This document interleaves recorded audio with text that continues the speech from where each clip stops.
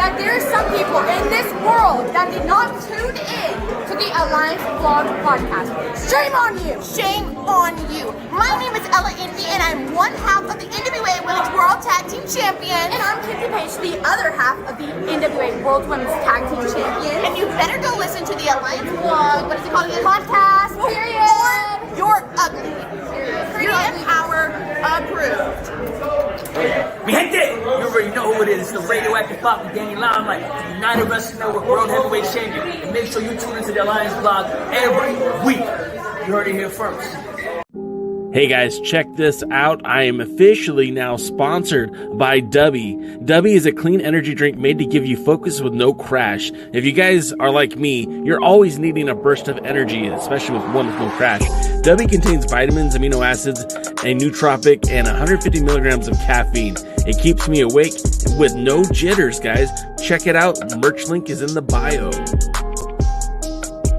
Dubby. Are you ready?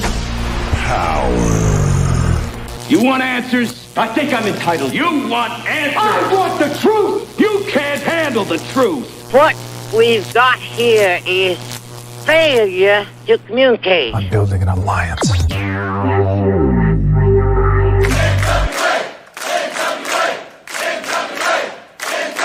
God bless the internet. Okay, let's party. It's showtime. It's time for the Alliance Guys podcast with your hosts Kevin Frazier, Jaden, DKM, and J. Cal.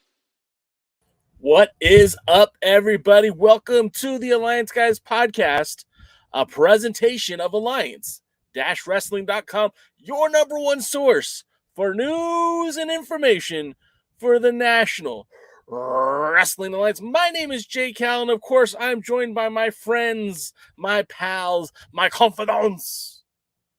Both of them are muted, by the way, Jaden and DKM. Jaden, welcome to the show, man. How are you? Can you guys hear me? I can hear you now. All right, sorry, I was having technical difficulties with my phone. I am doing well for a guy who is exhausted. Long day. We were talking offline, and you were starting early and just now getting home, so I appreciate you being here with us tonight. And Mr. DKM, are those tornadoes still flying overhead? Oh, they're somewhere hitting and destroying Dallas at the moment.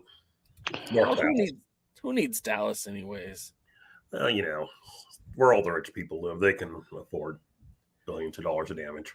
Hey, I know I've talked about this shirt before, the Alliance Fantasy shirt, but guess what came in the mail today for your boy J. Cal?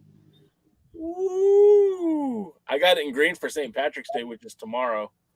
But I love it, man. What do you guys think? Is this a shirt that you would wear? It's a shirt I'd wear. I don't know about green, but maybe. Oh, that's the great thing, guys. It comes in more colors than just green. What are those colors, Jay? It comes in black, heather gray, green, purple, and royal blue. I prefer Penelope Gray. Oh, I'm sorry. I don't have Penelope Gray. I don't even think I know what Penelope Gray is. I don't know what Heather. One of the Heathers. That's the weirdest thing. That's a new phrase to me, but ever since we've been in a T-shirt selling business, that's just a color that exists, I guess. I guess it's like it's not 100% gray. It's got like speckles in it, if that makes any sense. Sure. Our boy Jeremy is here. Jeremy from Wrestling with the MMA and also the other Alliance Guys. I sat down with him earlier this week and we talked a little bit of wrestling. If you guys want to check that out, head over to Wrestling with the MMA's video page so you guys could hear some exclusive comments from your boy J. Cal. And then lastly, man, I sure do love Dubby. Dubby's the best. Why do you love Dubby? Because, you know what, honestly, and this sounds dumb, but like I drink a ton of energy drinks. I used to do a lot of the Monster energy drinks. I was drinking Bang, which is like 200 milligrams of caffeine. I was drinking. I didn't know you would drink Bang, but okay, sure. Yeah. There's also Rain, which I really enjoyed Rain as well. A lot of caffeine in that. And I was finding myself anytime I would drink these energy drinks, I'd get very anxious and very shaky towards the end of the day. With Dubby, I don't experience any shake, and I also don't have any brain fog, which is something that the other energy drinks would leave me with. And I still occasionally will have like a Zoa, which is like the Rocks energy drink, or Celsius, but none of them seem to make me feel as awake as Dubby. So that's my little endorsement for Dubby. Wait a minute. Okay, never mind. No, you were going to say something. Say it. I can't. I forgot what I was going to reference. Maybe DK could use some of those nootropics that Dubby has to help improve his memory. Nootropics. That's a great word, man. I wish I could learn how to pronounce that. It's easier than Kahagas and Sumi Sakai and other words you can't pronounce. Yeah. Hey, next week, after this podcast next week, I'm going to be in New Jersey. I'm going to be joining, hopefully, I believe Dave Scooby will be joining me. I know Tim from almost at NWA Gold. The Alliance Gold will be joining me. Rick Del Santo from the Pro Wrestling Zone podcast will be joining me. We're all heading to New Jersey, in rustic Glassboro, New Jersey, to see a huge dog event that's headlined by our boy Busky, challenging for the WWGP title, and I can't remember the champion's name at the moment. I'm sure Chris Steeler won't appreciate you forgetting his name. He won't, because he's been on the podcast before, and I really do like him a lot. I wanted to say Chris Martin. I'm like, no, that's Coldplay. I know that's not right. It's Eric Martin. That's why. Oh, see, I mixed it together. Conflated them. There's a big word. Well, that's some chicanery right there. That's better than what he normally does. He normally inflates things. Not inflate, conflate, but no, he normally inflates. But you're saying he's full of hot air? No, you're saying that. I'm just not disagreeing with you. All right. Well, it's always fun to be insulted on my own podcast. I cherish these moments. Thank you, gentlemen. Would you rather be insulted on my podcast? Yes, I would. Hey, I want to say what's up to our boy Dodie. Sorry about the time change. Dodie missed the pre-party last week, and but he got it here. He got here today, so I'm happy to see you. Go Dodie. So we got a lot of our pals here in the chat, but first thing, let's talk about Derby City Wrestling. Derby City Wrestling is the new venture from the United Wrestling Network, David Marquez and company. They're going to be promoting a show event March the 26th in Kentucky. They already have a world title match scheduled. Danny Limelight will be taking on Rocco Bellagio. This is the same promotion that will be using guys like the Pope and a lot of the talents that you've seen in championship wrestling from Hollywood in the past. I'm looking forward to it. I'm not sure exactly when they'll debut on television, but it's something that I think is pretty exciting. And it's another market where the United Wrestling Network is setting up shop. Previously they had efforts in Atlanta, Arizona, even here in my own backyard in California. Currently, they're not on the air in Los Angeles, which is kind of odd because for a good 10 years they were on KDOC channel 56, but that channel was actually sold and converted to a religious channel, which no longer obviously features pro wrestling. So Dave has been tweeting out smoke signals and posting on Facebook about potentially the show coming back to the Los Angeles market. I'm excited about that because currently I watch it on the Memphis YouTube channel, but it'd be nice to see it on regular TV again. So that makes 3 big markets for the United Wrestling Network in Memphis. And obviously they're doing the Los Angeles show that airs. Well, I say Los Angeles show. I should just call it the Championship Wrestling from CarShield, or presented by CarShield, which airs in multiple markets. And, of course, Derby City, that's going to be starting off in Kentucky. Jaden, is somebody who needs sleep but also knows a lot about television. This is a kind of a groundswell movement, a smaller organization. They're not getting big money contracts from like the cable networks or even like the regional TV channels. They're doing it like on the backs of the smaller mom and pop TV channels. Do you think that's a good formula for success? The grassroots movement of professional wrestling is what revigorated professional wrestling in the past. Remember, originally pro wrestling started as a network show when there was 2 networks, I believe, at the time. You had a choice. You either watch wrestling or you didn't watch wrestling. It's all your choices. But when the UHF stations came along and smaller independent stations and stuff like that came along, pro wrestling was a excellent medium for the television, and getting anywhere usually end up bringing ratings. Anytime you can get your eyeballs out there for free, especially, is really useful. So if there is a small independent station that is able to broadcast for free something you can see, and you have the ability to get your program on there, that's a huge step in the right direction. No matter what, people are always coming, streaming is the future. Streaming is the future. Yes, but it isn't the present. There needs to be a lot of changes truly in both habits and the way streaming is to really, really make streaming a viable option for getting out to the masses. Right now, though, television is, even though it is a medium many people consider a dying medium, getting yourself on television is a great way to get your name out there. Now you just have to find a way to get those eyeballs onto your program. And I think that's the next logical step. They need to find a way to not only put on a program somebody wants to watch, but get to the fact that it's on the air. You could have John Cena, The Rock, the biggest stars in the world, but if nobody knows where your program is, they're not going to watch it. Same thing if you don't give them something that they deserve and want to watch, they're not going to end up watching it. So that's their next step, but I think it's still right now a fundamental and important step that they're taking to get their name out there. And they're running similar business model to what the old NWA would have been doing.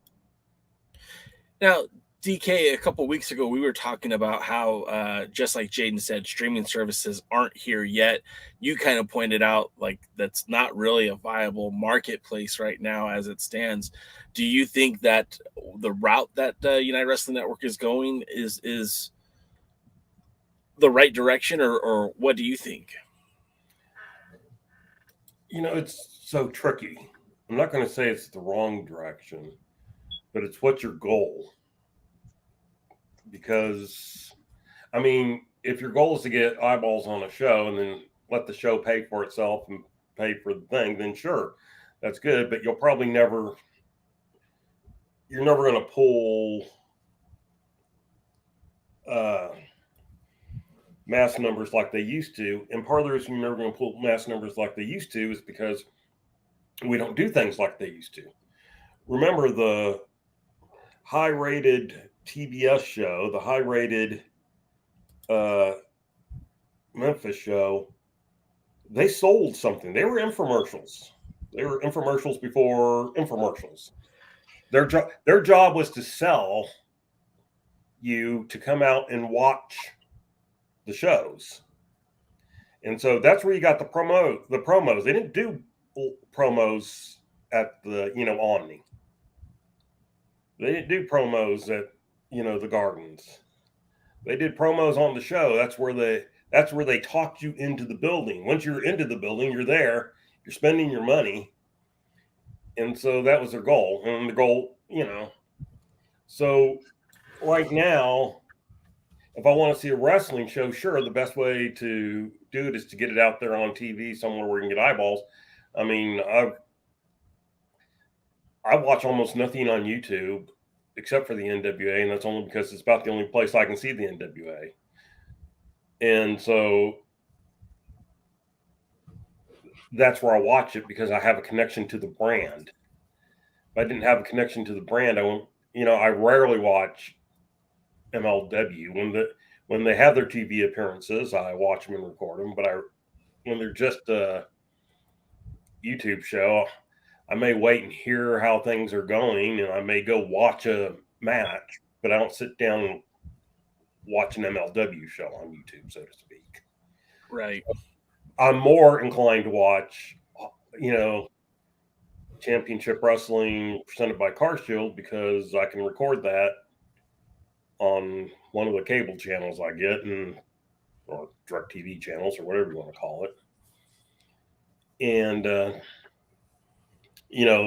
I can sit there and watch it. Now, it takes me about 30 minutes to watch an hour show. But, a lot of that's fast forwarding through commercials and fast forwarding through something that I just find to be crap. Yeah, I mean, like, it's a 45-minute show without commercials. So, like, for you to get through it in 30 minutes, even on a good day, even if it's a great program, that doesn't surprise me because, like you said, you fast forward through the commercials and, there's always going to be content that doesn't necessarily appeal to you. I guess one of the things that I'm curious about is, this is a model obviously that Dave Marquez has been trying to perfect for maybe 15 years now. We started off with NWA Hollywood, Championship Wrestling from Hollywood. They tried it in Arizona with limited success, but they still run that program in the Arizona market. They tried it in Atlanta with not a lot of success. They were starting to kind of do original content, but with a distinction with local hosts in the local market. So like in Florida, they had a program where they had a local host there. I believe it was actually Bulletproof Troop who was hosting that for some time. And then in Northern California, they had a more centralized host. And then in Texas, they had a centralized host, like I think in Houston. And of course, Memphis started off that way as well before it became a full-fledged wrestling promotion. And I guess my question is to both of you guys is the NWA missing out by not trying to run in a local market somewhere, whether it be Nashville or St. Louis or, in the places where they seem to be running consistently? Would it make sense for them to put power on a local television market if that's an area that they continuously run? I'm going to take this on this one. Based on what power is now, no. Okay. Here's the thing. I like the idea of an independent programming on there instead of having the Championship Wrestling programming on different stations. Like they have a unique programming. So if they were going to do something in those markets, they needed a unique in those markets. The reason being is I don't believe the Championship Wrestling aesthetic and style would work here in the Northeast, which is probably why it's not on any programming here on the Northeast. It is too polished. It's too Hollywood. I will actually use that term. Okay. It doesn't look like a struggle. It doesn't look real. And a lot of programs, unfortunately, television programs have gone that way, especially in that area. So I don't think it would particularly work in say the Northeast area, but I think Danny Limelight could. So if they bring Danny Limelight as champion and they have their own independent part of the promotion, with the NWA no longer being an alliance of promotions, I don't think it will help as much because the idea is you're trying to create synergy between your television program and the live attendance. The people that are going to come to there, I don't think many of them will find the NWA product. The people that are watching the NWA now is almost their glass ceiling, with small exceptions, I believe, based on their current television trajectory. I don't think the current product is going to put a lot of eyeballs of people who aren't wanting to watch wrestling or wanting to watch the NWA. So, again, they would have to make it unique, but then how's that going to help them bring the NWA to those particular areas with the product that they're currently bringing out there? Does that make sense? Yeah, well, no, I get what you're saying.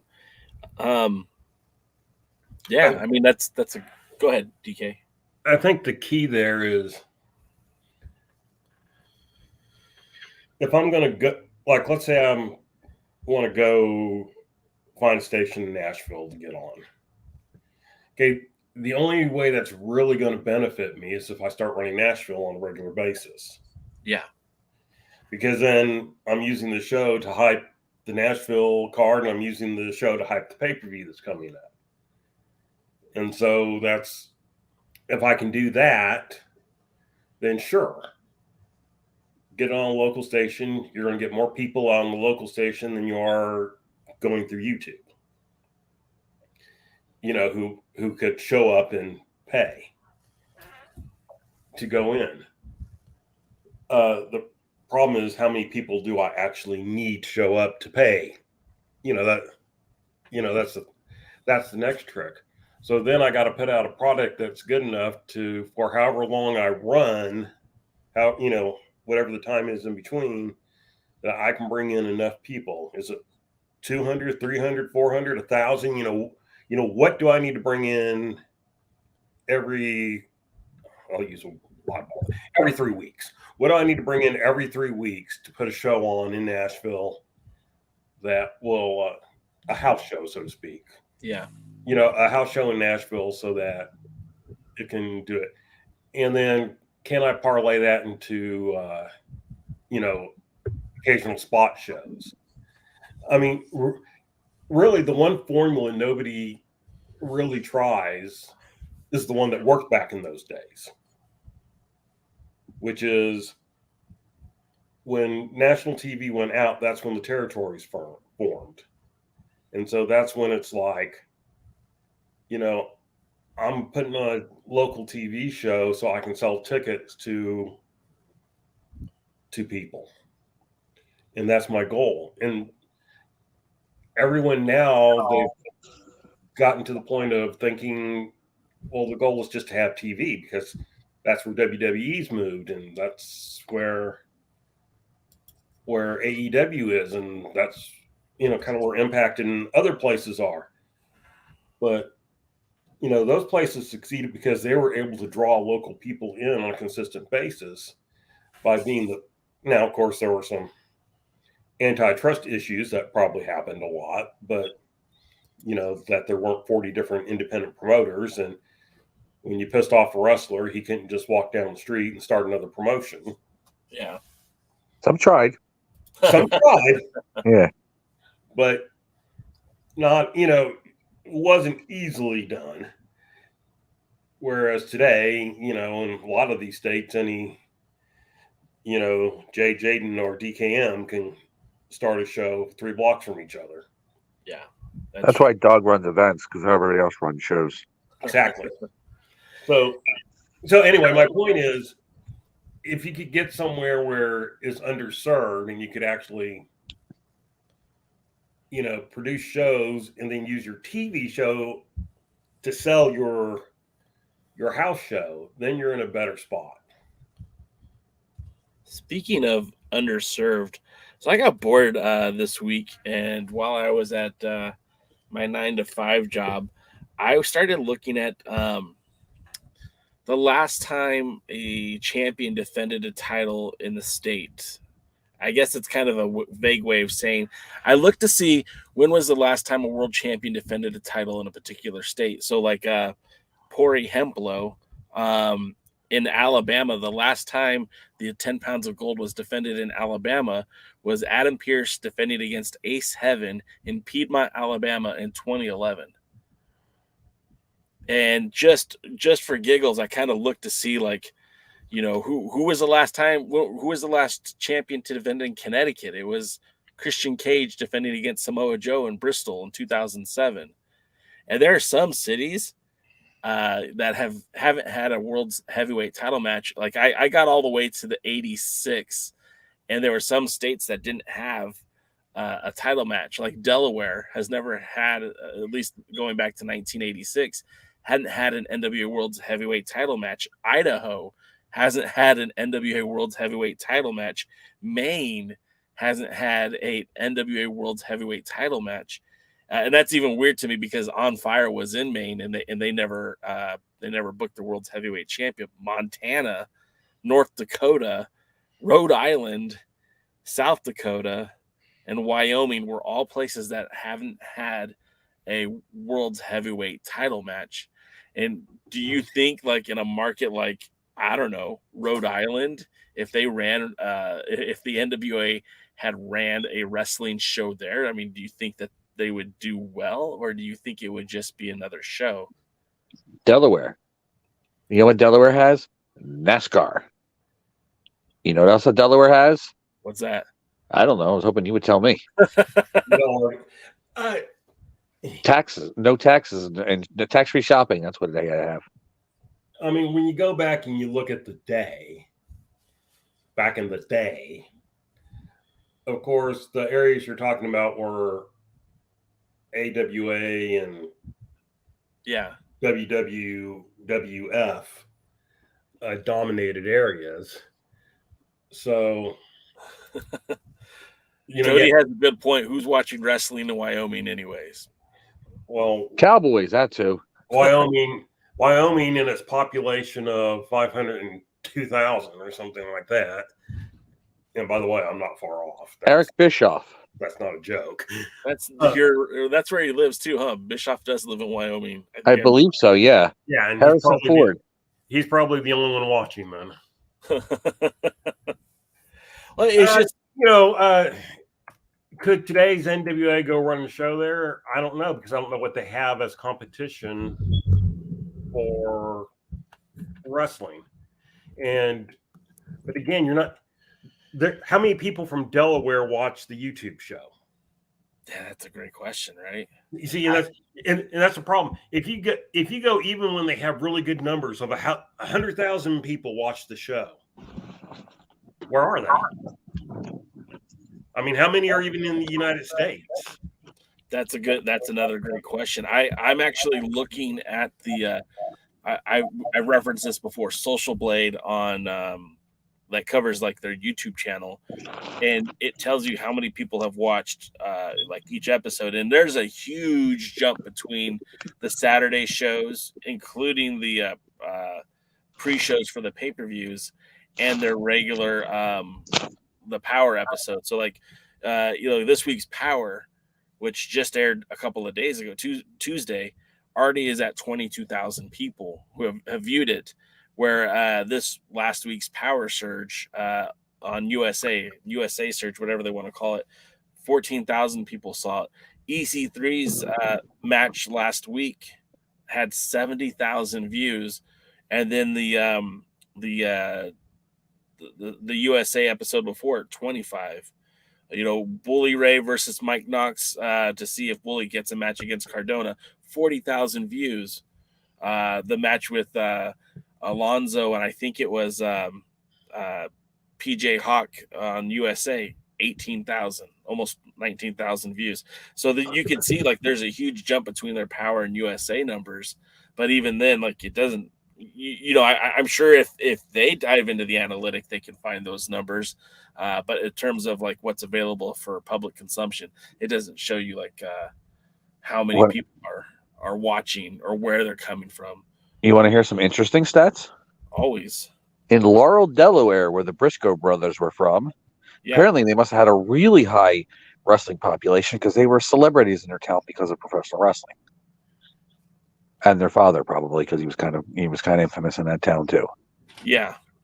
But yeah, the Briscoe brothers were celebrities in Laurel, Delaware because of the Briscoe brothers and stuff like that. So they were professional wrestling fans in Laurel, Delaware. Probably more people watched the lowest rated NWA USA on YouTube that live in Laurel, Delaware. In fact, I guarantee that I've been to that area. They have more chickens than people. Sorry, that was funny to me. And a lot of them were the Briscoes. Yeah, they were owned by the Briscoes. But still, they were that still tells you right down in there that I think here's the thing, nobody ever dislikes pro wrestling if they were fans. You're never not a fan of pro wrestling. The problem is you're just not a fan of the pro wrestling they're currently promoting out there. But if you can get some of those people that used to like wrestling and put something they want to see, or even hell, something that somebody in that town wants to see, you can grab people. When Rowan University is in full, like people are going there and it's during the school year, there's more people that live in Glassboro than are watching the NWA. So, I mean, yeah, no, I mean, I get that too. yeah, at least NWA USA. I don't mean that, maybe not the NWA Power, but NWA USA. There's when Rowan's in there, more people will go to live in Glassboro than are watching NWA USA. But they're not all going to the Dangerous Adrenaline Wrestling Gladiator events. I think Dr. Zacconi would have a conniption if 1% of Glassboro was, probably that's about what comes, honestly. But you just have to get that population out there. There is people that always will love wrestling. The problem is they just don't love the wrestling that they're currently getting. So give them something that they want, they'll come. If you build it, they will come. Let me jump to some of the comments because some of them are funny. Luthez says NWA needs a captive audience by gunpoint if need be. Doty says Northeast, keep the impenetrable area for the NWA event during their heyday, and to think the Northeast probably is the biggest market.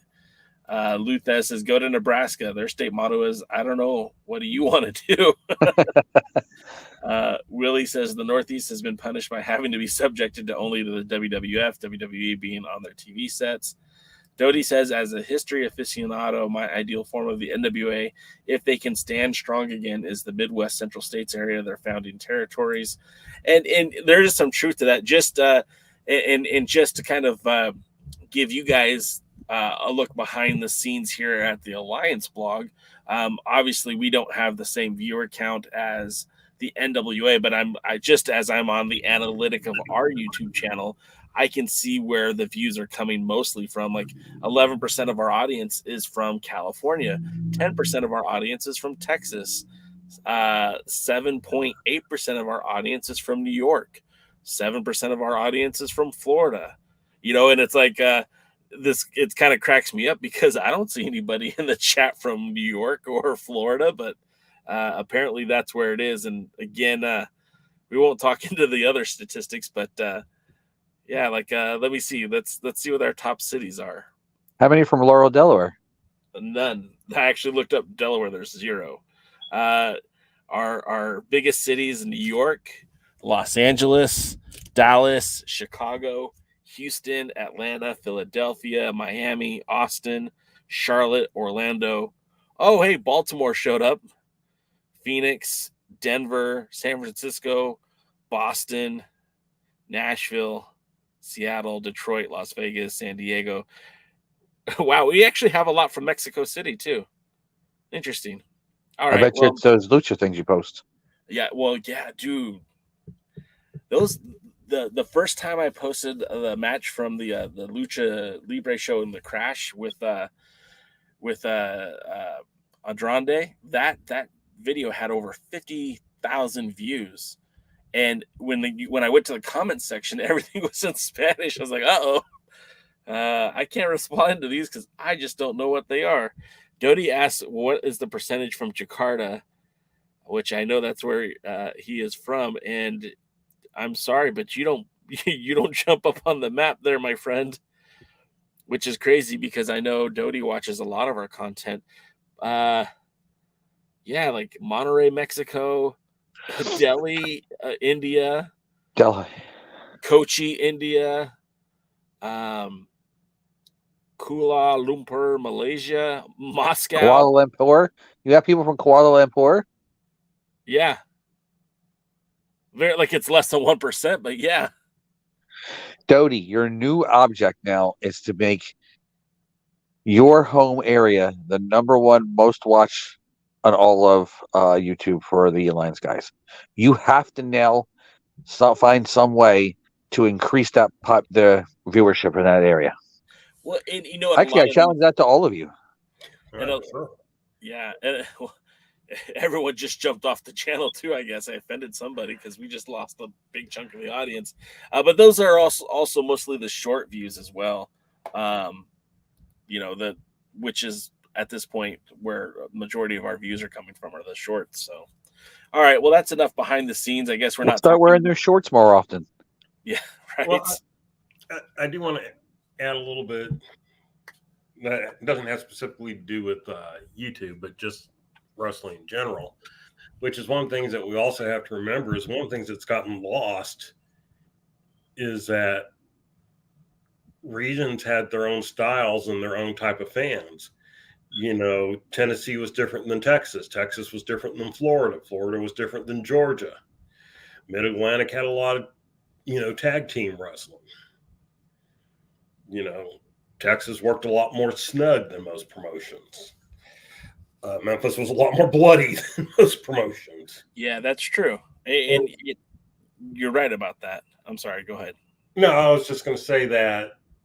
So, if you're going to be in an area, you're going to have to adapt to that area. Jade and I were once watching when Brian Adons was wrestling in Mid-Atlantic. And Jaden goes, he doesn't wrestle the same as he did when he was in Texas. I said, no, he adapted for the area he was in. Yeah. I think that's something that's lost today. And that's probably, again, what I was mentioning earlier about championship wrestling. I don't think the Hollywood style would work in the Northeast because of what we generally have seen and what we like over here. And that's fair. I mean, look, that's totally fair. They did their main event in Mesa, Arizona with Eddie Kingston versus Danny Limelight. And I think that match would have done well in the Northeast. They also did Alexander Hammerstone versus Ortiz from formerly of AEW, formerly of LAX. And that was a really fun match as well. They also did Davey Richards versus Kevin Martinson, which was a lot of fun. And I think if you did put that match in that show in particular in the Northeast, I think those matches would be well regarded. But again, just seeing like some of the comments, what Dodie said was like, I'm a diehard NWA Forever fan, but I hate to say it, with the current product, I can't sell the NWA to local fans. And that's you just kind of hit the nail on the head. That's all of wrestling, really. And so, if I had to say something about the NWA, if I could give the NWA one piece of advice right now that there would at least be a chance that they would listen to, it would be wear sunscreen. I knew you were going to say that. I don't know why. I knew it. I was waiting for the perfect opportunity. Figure out who you are, because I don't get a sense. Almost every booking, not booking, taping thing is almost like it may or may not be related to the one before. You got to, and things do matter. Tyrus as a champion does matter. Tyrus would not be world champion anywhere else. Willie points out it's the booking, and the Stay Puft Marshmallow Man has the 10 pounds of gold. These are drawbacks. Dodie says Tyrus is just the tip of the iceberg. With or without him, there's still much to be desired from current booking. And just as as a point, like on the show, and we'll talk a little bit about that later, but they were mentioning how Thom Latimer, this was his first title defense, and they were kind of celebrating that it was a big deal. This is his first of hopefully 7 that'll lead him to a world title match. And something Velvet said that kind of irked me. She was like, well, he's already proved that he's a fighting champion. Wait, has he? This is his first match. How is he a fighting champion? Like, it's just stuff like that. It's like, don't try to sell me something that isn't actually happened yet. Now, I know that we do know that Thom Latimer had a title match outside of the NWA, but they're not going to count that on TV. They're not going to recognize that as part of the best of 7. He's going to continue on with only the victories in the NWA counting towards that world title match. But there's inconsistency. The storytelling sometimes just isn't accurate. But that's more for later. Yeah. I also wanted to say something what Willie Bowen mentioned earlier. Yes, the WWF was in the Northeast, but we also, during the 80s, we had 2 different AWA programs. We had everything that was on ESPN, like the Legends of World Class, and then the AWA on Friday, and then later the Memphis and USWA. We had Championship Wrestling. We had the Dusty Rhodes version of Championship Wrestling from Florida. What was it, FCW or something like that? Yeah. We had ICW, which was the Savoldis. We had a promotion called the UWA up in North Jersey that was promoted in our South Philly area. We had, if I remember, to be a 23 and 1/2 hour unique professional wrestling programs. Wow. In 1 week in New Jersey where I lived. Did Corey? It was like glory days. I watched it all. Didn't miss any of it, and even Glow I was watching, and I enjoyed every bit of it. Now there's all this programming. WWE has all these hours, and I watch none of it. Did Corluzo have television in the early 90s, like 95, No. 96? No. Did he ever have TV at all? No. So he was just a live event guy. Just a live event guy. There was very briefly on Channel 5. It was called, the cable system was kind of called Stora Cable. It was before Comcast bought everything up. There was a WWA promotion run by Larry Sharp that occasionally would have some of their matches broadcast on Channel 5, and then they had this wrestling rap program, which was basically Larry Sharp interviewing people, and sometimes it was local celebrities, and sometimes it was wrestling related. It was horrible to watch. I remember watching it, even I still watched it back then. And the reason I just say that is because Larry Sharp had an association at the time with Dennis Carluzzo. That's about as close as it came, because it wasn't actually at the Carluzzo Promotions or anything like that. It was just the Monster Factory. But that's the closest anything Carluzzo had to television. We had he would talk about it from time to time, about how he was going to get television. Sure. But everybody and their mother was trying to get TV and wrestling back then. And even the people that had it were like, why? Well, let's skip forward from that talk, because that was an interesting conversation, but I do want to keep moving along. We just saw last night, I guess it was last night on AEW. Taya Valkyrie made her debut, not in ring, but showed up, and now we know that Taya Valkyrie has signed. Yeah, okay, just she wasn't wrestling is what I mean. But Taya Valkyrie, who still currently an Impact Tag Team Champion, still currently an MLW Featherweight Champion, and as of this podcast right now, she's still in the hunt for the NWA Women's Television title. I believe her and Max the Impaler will have a match leading up to 312 to determine who will face Kenzie Page at that pay-per-view. But this is the second signing that the AEW has done recently that has impacted, no pun intended, the National Wrestling Alliance. Of course, they just signed Ashley D'Amboise recently, just a couple weeks back, and now with Taya Valkyrie going towards that direction, heading up to AEW. Is this a bad sign for the NWA? DKM, is there something that is this now the time where Billy needs to start locking up some more of this talent under contract? It's hard to say. I mean, it's always bad when people who you're got up in the mix leave. Right. Abruptly and stuff like that. It's not like back in the days when you could just, write them out or send them off, or, they do the job on the way out of town, or if they just time-honored tradition. Yeah. Or if they just walked out, you could say they got beat up in the parking lot, or they were scared to fight Bruiser Brody. Yeah. Well, I'm thinking that one sent Lex Luger out of Florida. He ran out of a cage at least. But Ron Garvin, when he walked out on NWA Jim Crockett Promotions, they said that Dusty caught him in a parking lot and we won't be seeing him no more, or whatever, and just something like that. And but yeah, it's just hard, and you're hard because it's these people going from this, let's kind of be honest, this kind of rinky-dink product to one of the major ones. Now, I haven't really kept up, so I don't know. Is Taya signed with AEW, or have they brought her in to do a program? Well, they flashed the graphic on Twitter, and Tony Khan congratulated her on joining AEW. So Okay, good. I mean, I didn't know. I was curious. You know, a lot of people had thought Jeff Cobb had joined when he made his appearance, but he was just brought in for a program.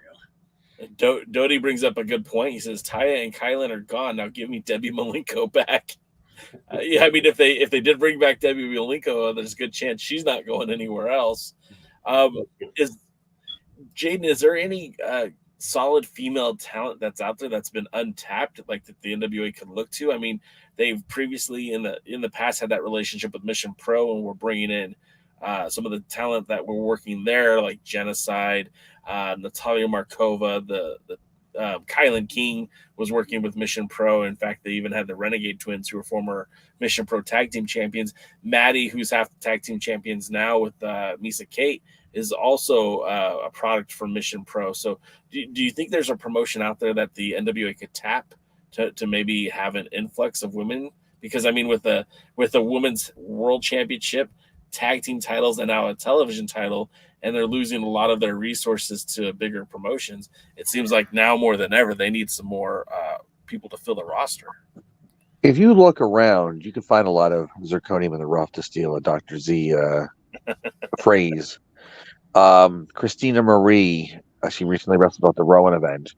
She has a good look and a good work ethic and a good amount of talent, and she's a personality, charisma.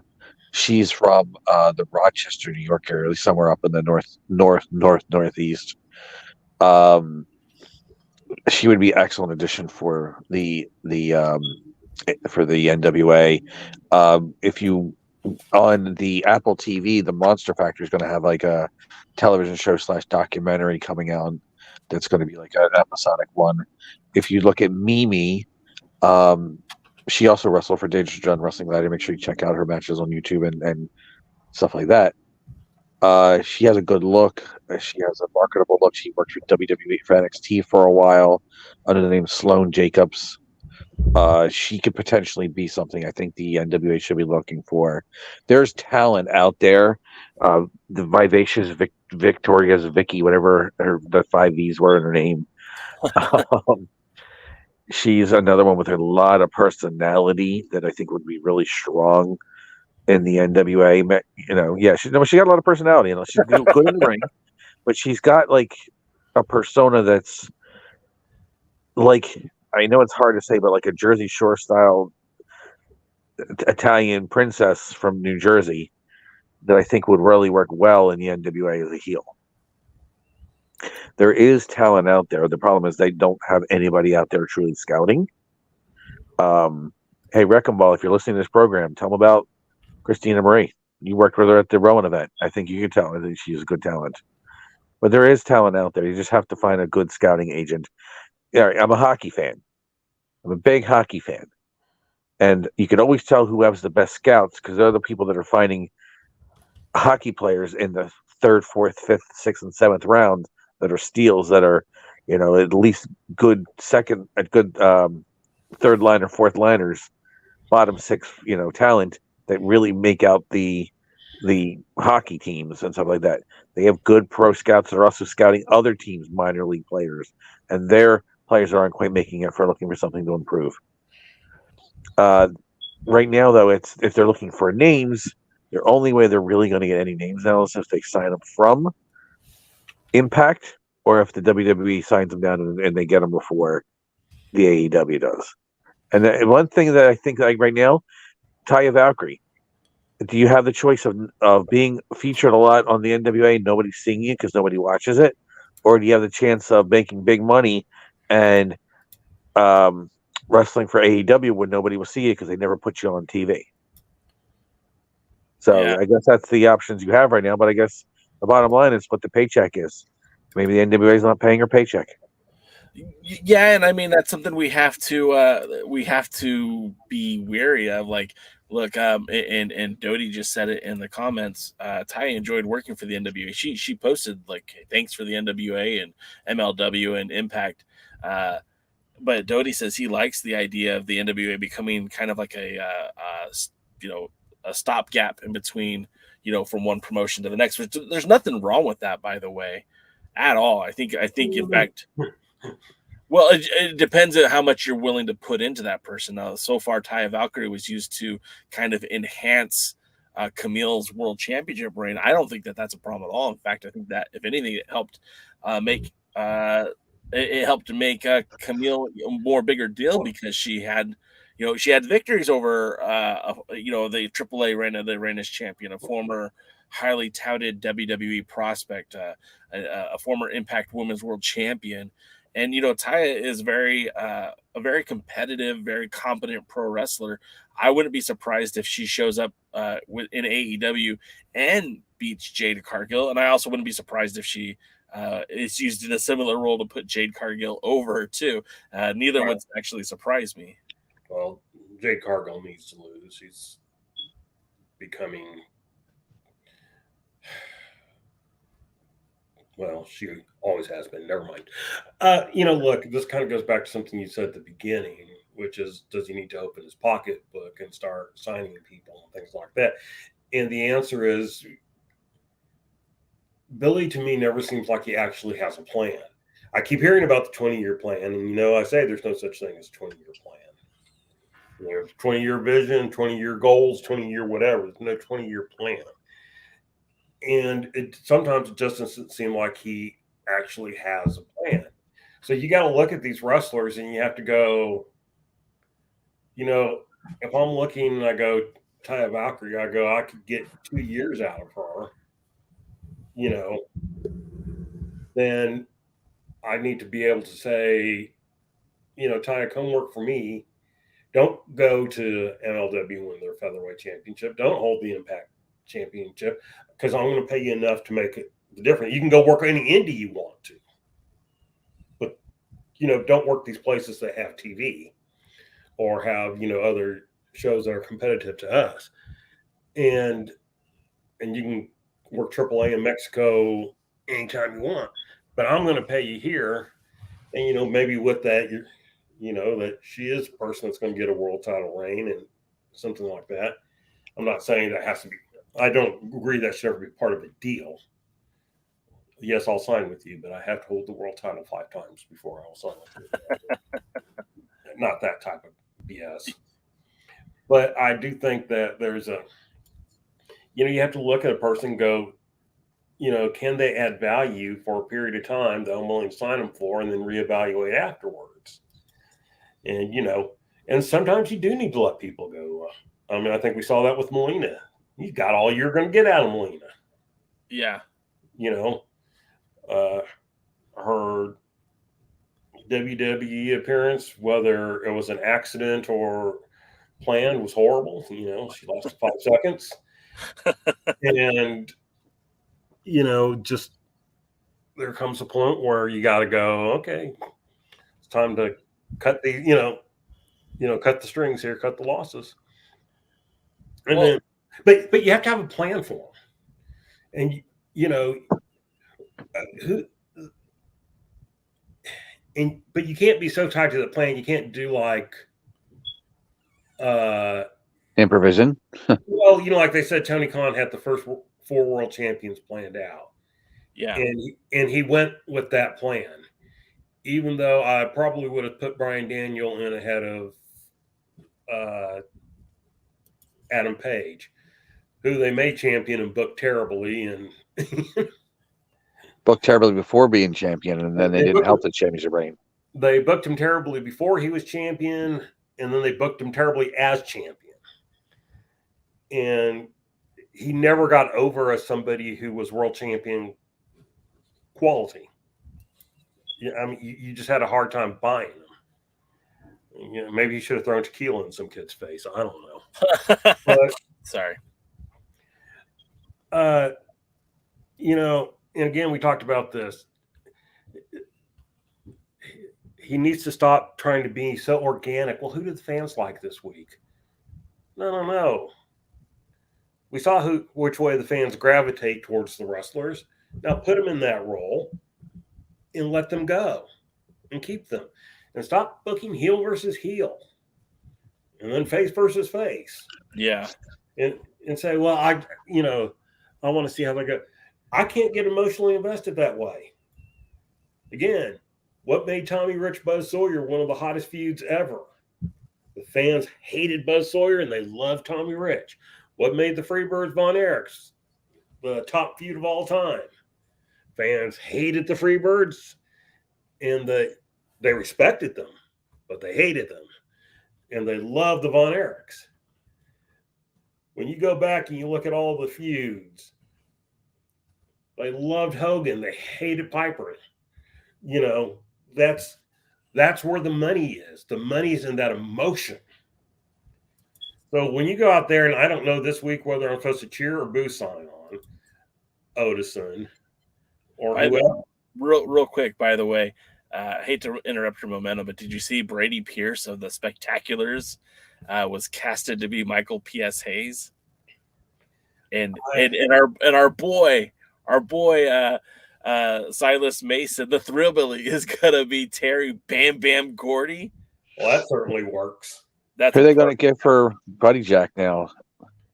They have somebody in mind. I guess he's somebody that wrestles for Wildcat. I'm not familiar with the guy, but pretty cool to see that Brady Pierce and Silas Mason are going to be in a Zac Efron movie about the Von Erichs. It's just, I feel like I'm playing Mad Libs over here. I don't know why, but I want now Poyo to be Missy Hyatt. I love it. Somebody call the casting director. I think the NWA's plan. I'm going to go back into kind of in the subject now. Okay. And that was funny. I'm going to use hockey again in the analogy. There is a team in hockey called the Arizona Coyotes. Yes. And for the longest time, they were a dumpster fire. Yeah. But right now, they've started doing the thing. They're rebuilding. They're waiting to get a brand new building. They're looking to sign a contract, Tempe, Arizona, and do things. You know, the change in the leadership has definitely improved significantly. And they started creating a plan. Well, the plan looked like, let's take everybody else casts off and, you know, and just put the bare minimum you can put out to have a hockey team. And that's what it seemed like for a while. But now that you look at the analytics, you realize they took players that people paid them by giving them draft picks to take off their hands, turned them into viable players, and then were able to sell them for draft picks. They were taking a lot of reclamation projects and turning them into assets that could actually be useful for other teams, people that were given up on. And again, like there was teams that wanted to get these contracts out, and Arizona was having trouble hitting their own bare minimum, the floor of the salary cap to try to have enough money. So they were taking on these deadweight contracts for players who were never going to play again and getting draft picks for them. They were taking on players that were forgotten or gave up on or thought they were past their prime or useless or, you know, not going to be anything, and reclaiming their ability and selling them. And so now, again, they're getting more out of it. They turn it into assets. I think that's the NWA's niche right now. Take those projects that need a good coat of paint and a power washing, do so with intelligent booking, and then the new promotions will come up and sign them. So are you advocating for like the NWA to, like, you know, go back and look at Austin Aries and maybe go back and look at Tessa Blanchard? I said reclamation projects, not lost causes. Fair enough. But yeah, there is talent out there that was booked so badly. AEW is full of it. Yeah, but all of them are still under contract. But that's just it. They need to be reclaimed. Maybe AEW instead, they can't do nothing with these people. Let's say something happens and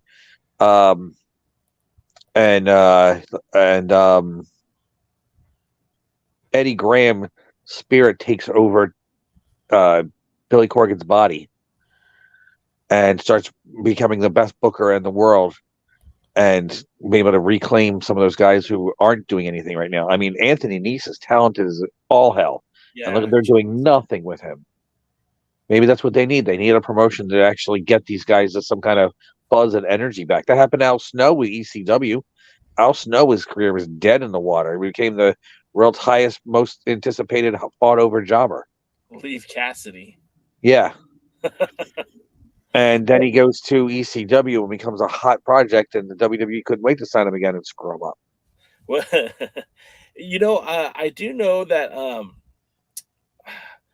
Billy had said that he would love to work with AEW or WWE in that capacity, and not as much be a farm fed, but be a place for talents that don't have anything to do to come work. But I'd also say, well, that's what Ring of Honor's for, right? I mean, that's kind of what Tony Khan has a second wrestling promotion for, is No, he just needed a place for us to store some of his toys. That's what it is.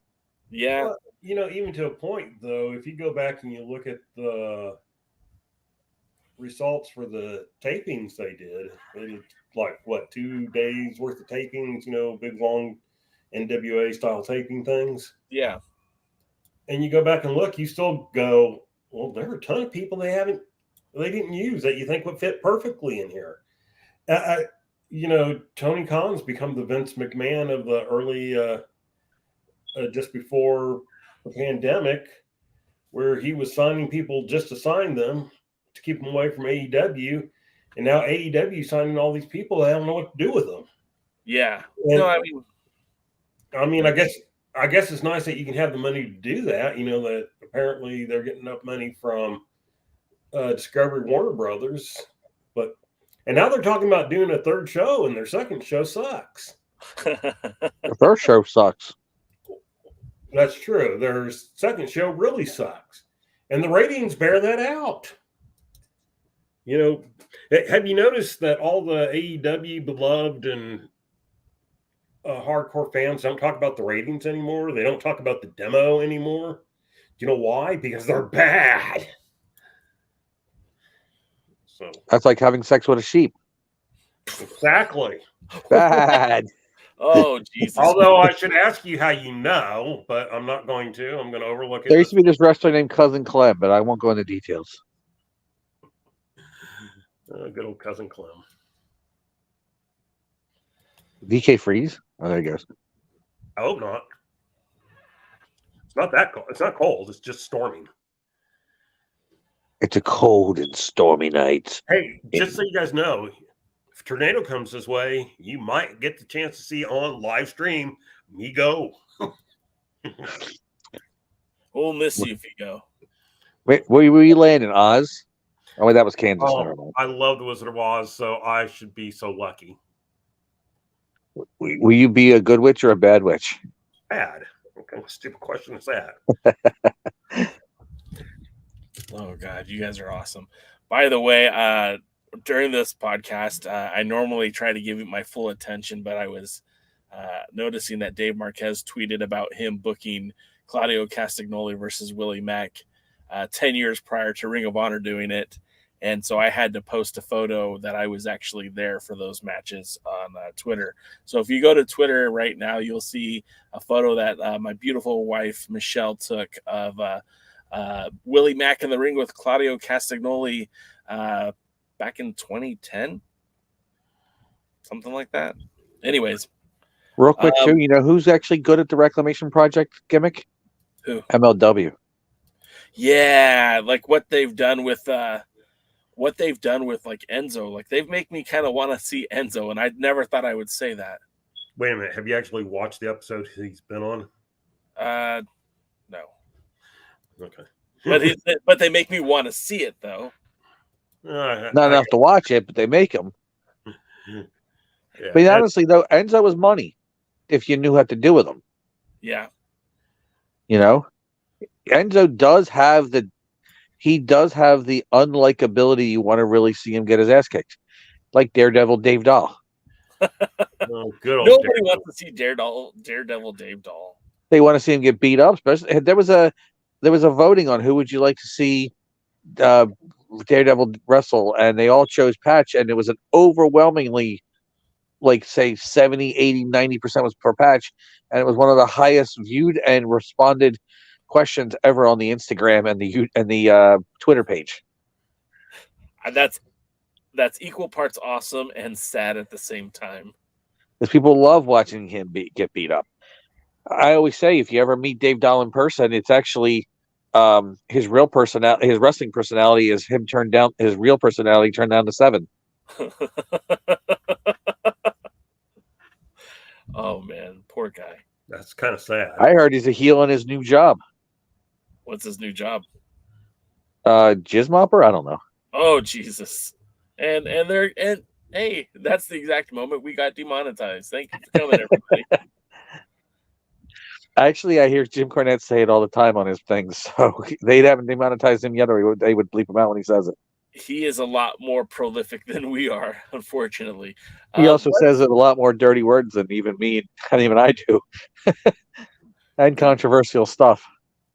That's fair. Well, then let's. That was the program, guys. We're done for the day. That was an interesting chat. Well, I mean, we do have a little bit to talk about with Power, and I'm going to say this: this wasn't the greatest episode of all time, but it was certainly a step up from the last few weeks. I felt like this was a much better show, and we'll get to it here going on right now. Now, Jaden, sometimes you get opportunities to watch this before the podcast. Sometimes you don't. Did you see any of this episode? No, I was doing really, really important things like cleaning bathrooms and turning products around and counting and paperwork. So I was doing stuff that's a lot more exciting. DK, I know that you sat through it, so let's talk a little bit, and we'll get some insight from Jaden what he thinks on some of these things. But the Power kicks off with the empty. Oh, you know what? Before we get to that, let's talk a little bit about the pay-per-view that's coming up. I like to do that sometimes too. There's a pay-per-view coming up. Well, yeah, on I believe it's April 9th. Who would have thought? Are you pulling my leg net right now, or? Yes. Okay. Fair enough. I figure you would have got that by now. I don't get a lot. I'll be honest. Yeah, the pay-per-view is coming on. April 7th. That's a Friday night. That's a little bit different for the NWA. The start time is a lot later too.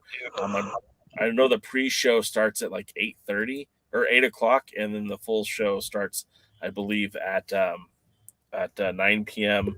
local time, which that's late for a pay-per-view, but I guess they were limited to what they could actually get on this show.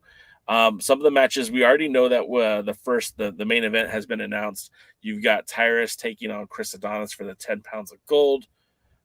We also have Cyon defending against EC3. Now, this is kind of like for the longest time, the church's money was also a product of Idolmania Sports Management, but it seems like that group has now been dissolved.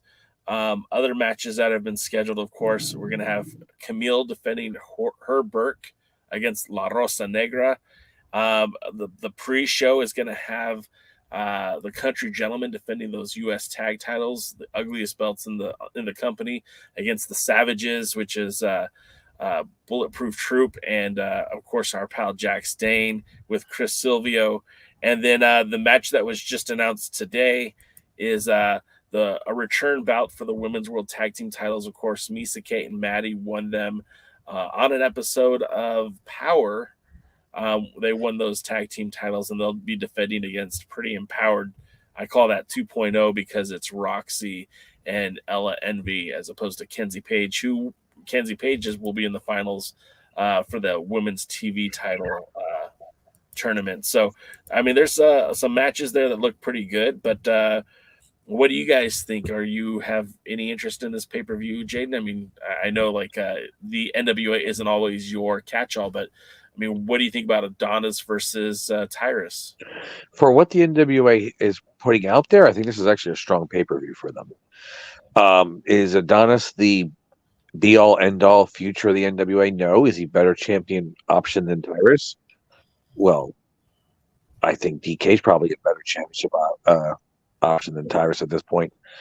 But yeah, if Chris Adonis can master lock his way to find that key to the master lock to the NWA World Championship, I think it's an improvement. So I would kind of like that. It's you got some name power. Adonis is very underrated in the ring, in my opinion. So I think that could be good. I really like the women's match. I mean, everybody knows I love La Rosa Negra, and it's funny because again, I've been next to La Rosa Negra. She will probably go eye to chest with Kamille. Yeah. And I know a lot of guys would be jealous about that. But I think that for some reason I just like that match. I'm a huge La Rosa Negra fan. Nikki, win it for me, okay? Shoot on her. No, I'm just kidding. I think you would lose that one, but still. The women's match looks entertaining. The women's tag team match looks entertaining. I actually like the physical dynamic with Pretty Empowered 2.0 right now. The way they look aesthetic wise, they look more like a tag team. And I think the future, hopefully, NWA Women's Television Champion, the other Pretty Empowered, I'd like to see them as a dominant trio with championships. I think that would be good. And maybe find somebody to win the women's title, and then they would own the women's wrestling in the NWA. I think that's something, or at least, they kind of partially would. Yeah. So I like that idea. EC3, when wants to, can wrestle really well, and I think he might make a good national champion. So there's, it's for what the NWA has. This is a strong card for the NWA.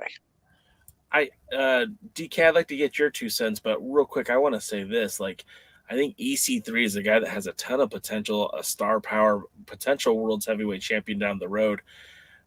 It would tell me a lot if he wins this national title on February the 7th in Chicago. That's basically the Cyon's hometown. He wrestles a lot in the Midwest, and that's kind of where he gets his bread buttered, if you will. I think if you see EC3 walk out with that national championship, number one, he'll probably be the most prolific wrestler in the NWA to hold that title in this Lightning One era. But I also feel like it's a huge step in the right direction for the NWA if he wins that title, and it's a good match. But DK, what are your thoughts on the show, on the pay-per-view so far? Okay, the pay-per-view as a whole sounds good. Here's the problem when it comes to some of the matches and how I want to look at them and stuff like that. So let's look at the national title match. Cyon versus EC3. Now, who do you cheer for? Who do you cheer for? Well, yeah, okay, so we're back to this kind of heel versus heel thing. Who am I supposed to like? Who am I supposed to cheer for? Who am I invested in? Don't really have any of that. And then here's the next thing. Isolated, I want to see EC3 win because I think it would be a better champion than Cyon. Looking at the way things are at a whole in the NWA, I want Cyon to win because I'd rather see Cyon versus Thrillbilly because I think Thrillbilly has a better chance of beating Cyon than he does beating EC3. Just in a way of looking at it. So, and then look at the women's tag team title match. Probably rather see Pretty Empowered 2 hold it, but the titles flip-flop so much. Renegade Twins held it a day. 2 held it, 2.3 minutes. Less. And then you got to turn around and, swap the titles again. And is it just me, or have they not really done anything since Misa Kate and Maddie have won the title? Well, no, they haven't. They haven't done anything with them, but then also you have to keep in mind too that those titles were won during the first day of the TV tapings. They did two title changes on that first day of TV taping. I'm not saying you need to bring them out and have matches. Okay. But why aren't they out there talking? Or a promo package or something. Sorry, that was an accident. Exactly. So, why aren't they should be out there talking. And they're not. Because I'm pretty sure that this was the idea as soon as they switched the titles. was to hotshot them all these times to make them interesting instead of, who cares? Unfortunately, it didn't really help a lot. I still don't know that I really care, but, we'll see. And I can't be excited about a match if you don't bring it out there, talk about it, and get the champions talking about it, and try talk me into the arena. And this is kind of another one. Who are the heels and who are the faces? I don't really know. Next, let's look at the world title match. I find it interesting. We'll talk about it in Power, but it's almost like they didn't, they knew during the tapings what they were going to do. And yet it's almost like they didn't, because so far all our interactions have been in the studio before the tapings. It's like, well, just how many times did you tape before your show?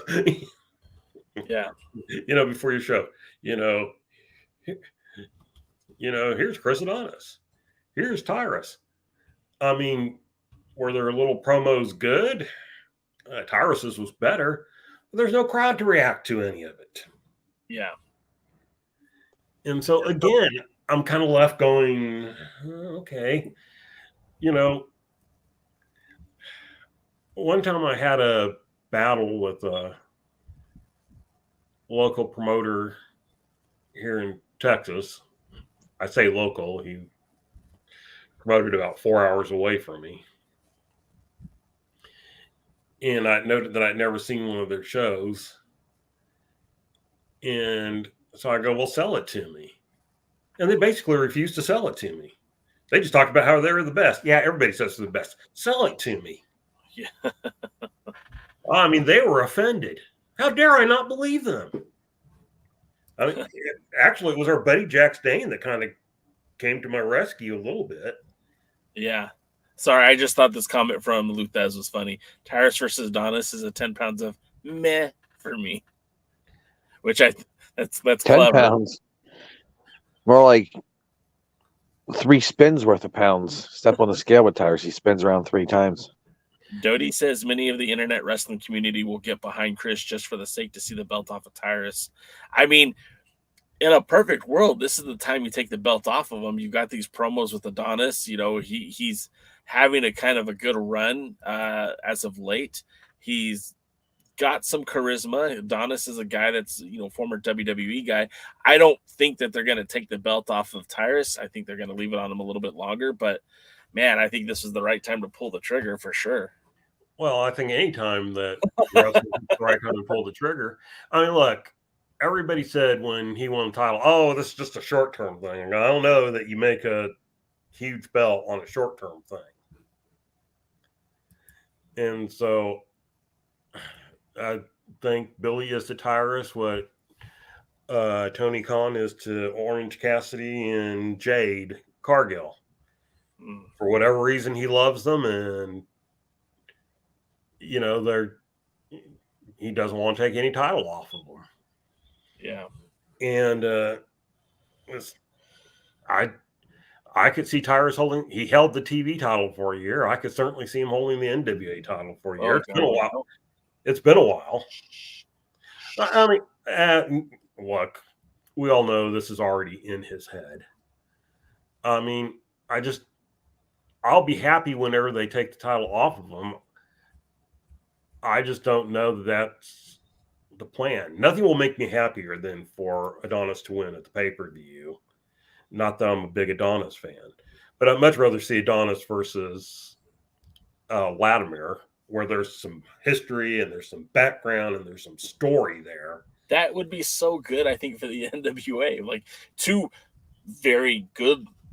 Look, when I talk about wrestling, I think you need to have a package, right? Like, I don't think you can just say, oh, well, he's a great wrestler. Like, no, you got to sell me on this guy.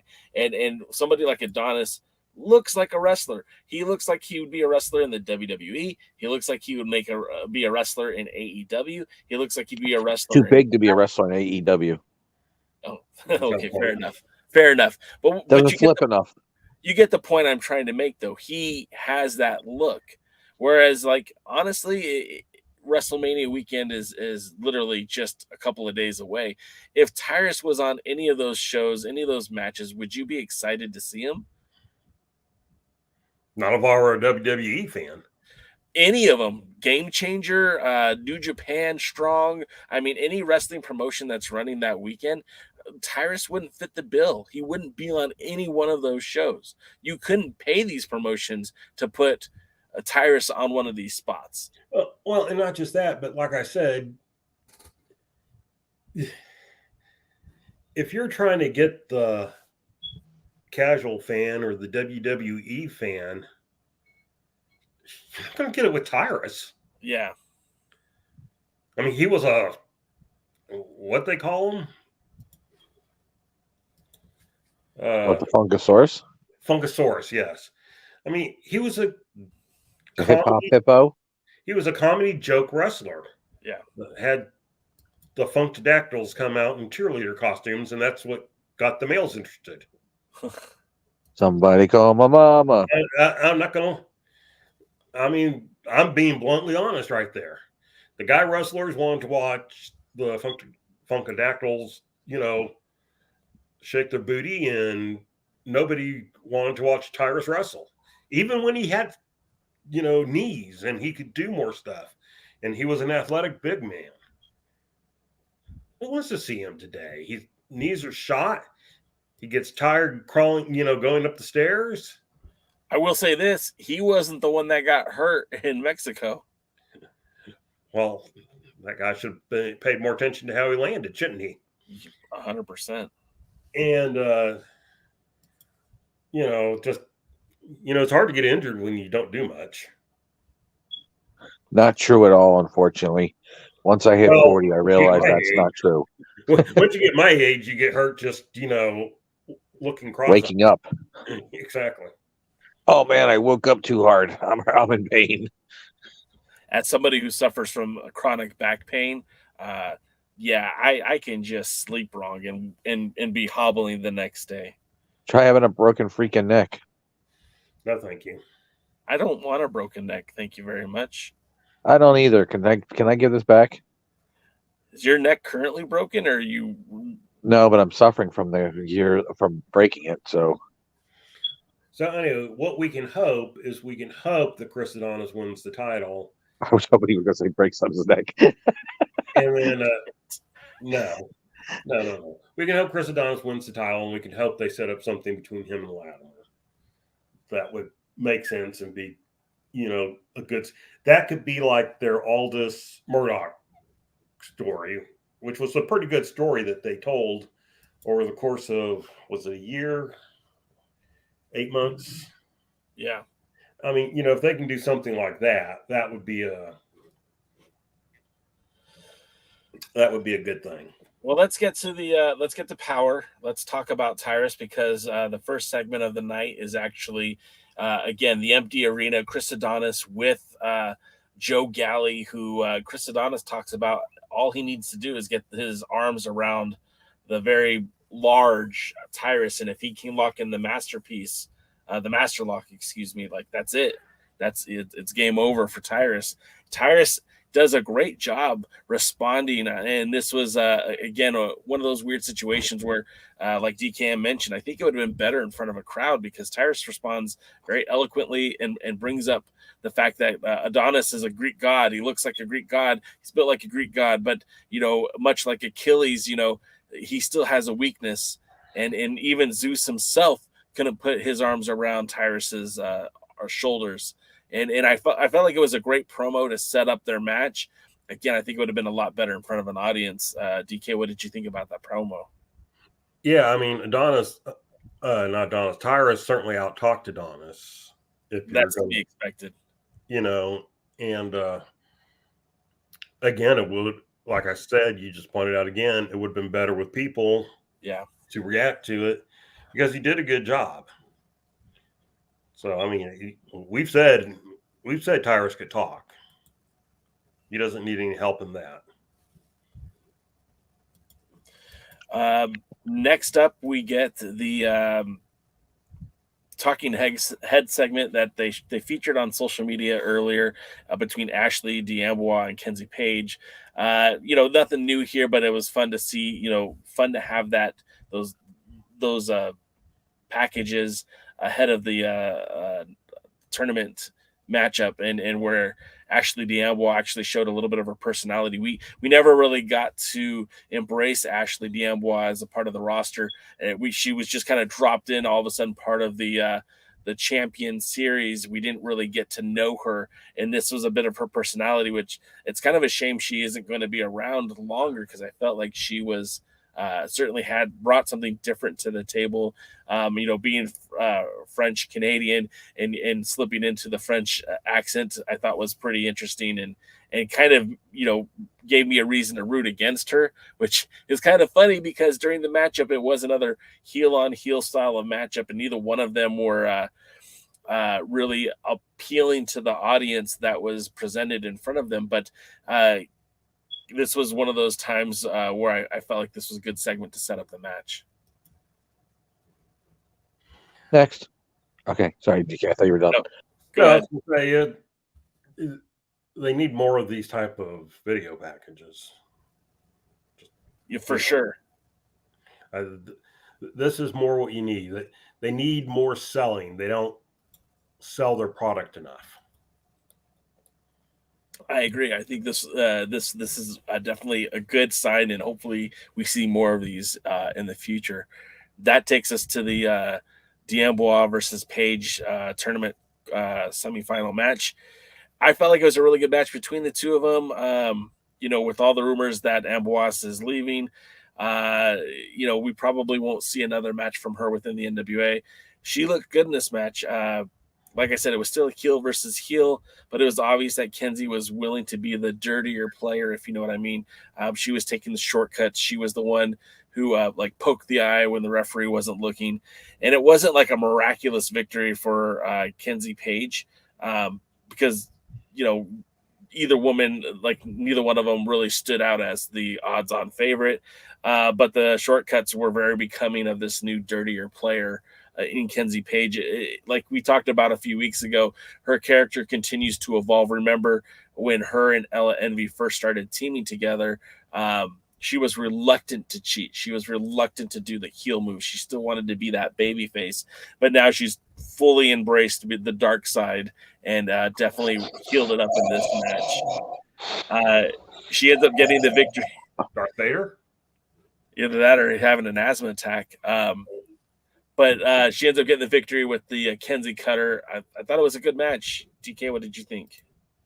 Yeah, I mean, I will say the wrestling on the show overall was pretty good. And this was certainly an interesting match. One I didn't know who was going to win, because quite honestly, I hadn't kept up with what's her name to know that she was with AEW, or if someone had told me, I'd forgot. And so I was able to kind of watch it. Interesting. Now, I have managed to do something that I know everybody out there wants to do. I have managed to tune out the announcers. So I no longer really hear them. I mean, they're just kind of like noise in the background.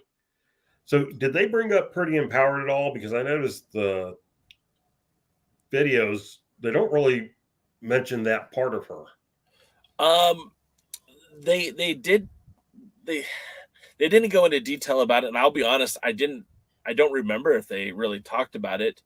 But she, Kenzie Page did. She mentioned that she's a former NWA Women's World Champion. So she made a point of it. I don't know that the announcers did. I'll be honest. I don't recall them bringing it up. Yeah, but even when she was talking about that, she wasn't talking about like her team, Yeah. She didn't. I don't remember her saying, well, it's part of Pretty Empowered. And I almost wonder if they are still an item, if she is still part of Pretty Empowered, or if she's headed her own way. She's not in the pink. She's kind of gotten the more dark and everything. So I'm just wondering. Yeah. No, I'll be honest. I'm not entirely sure. Of course, with the NWA, that doesn't mean anything.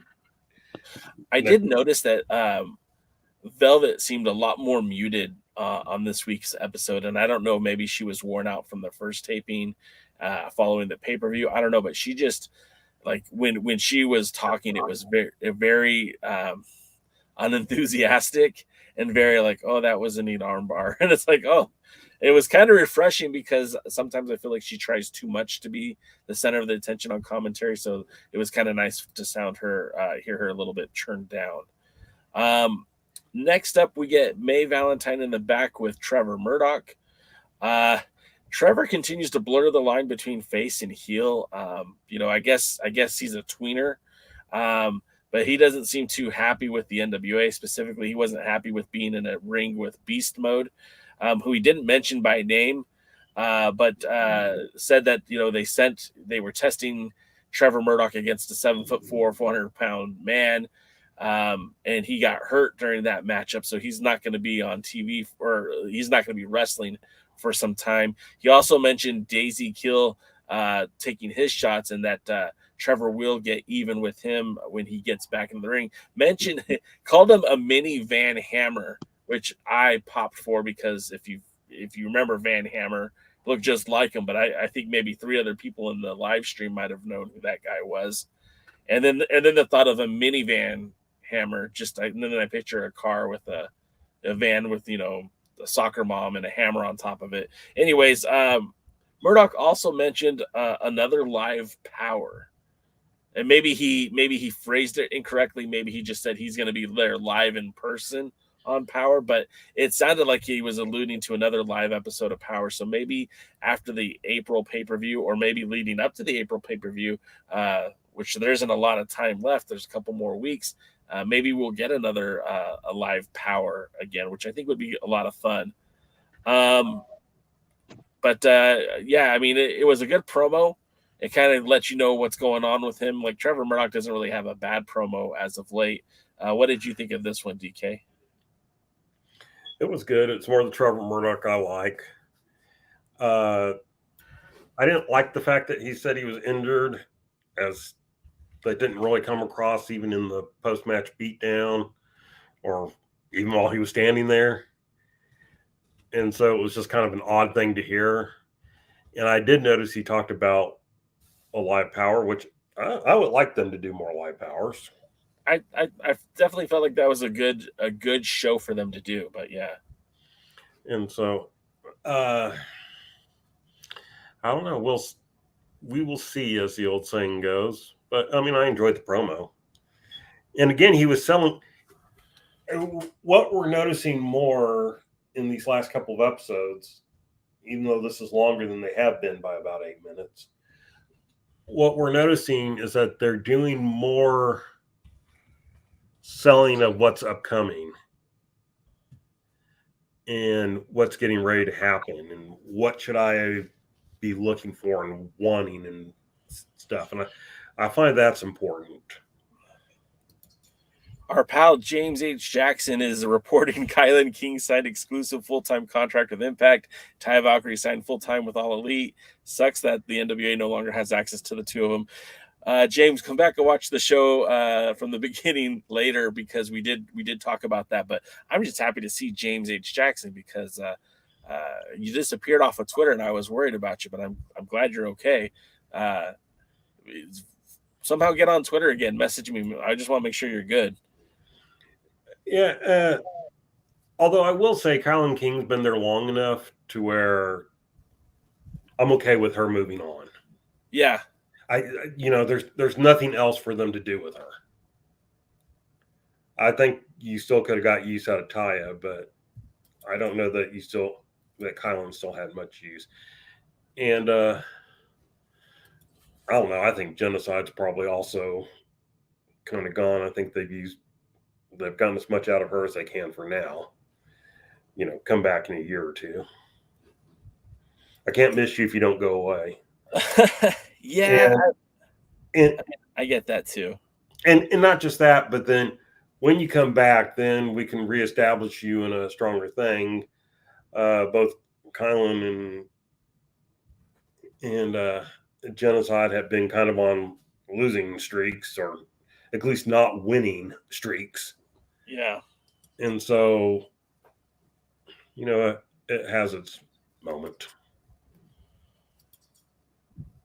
All right. So the next thing is after the Trevor segment, we get the babyface Knox.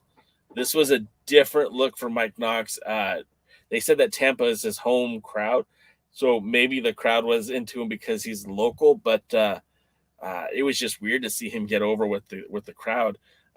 Knox took on the Space Cowboy Stacy Alexander, and I feel like this match should have been reserved for like a USA, right? Because I don't think anyone should be making a debut on Power unless they're a star, right? I don't like it made sense to have EC3 debut on Power, but I don't think a guy who relatively unknown we shouldn't be putting.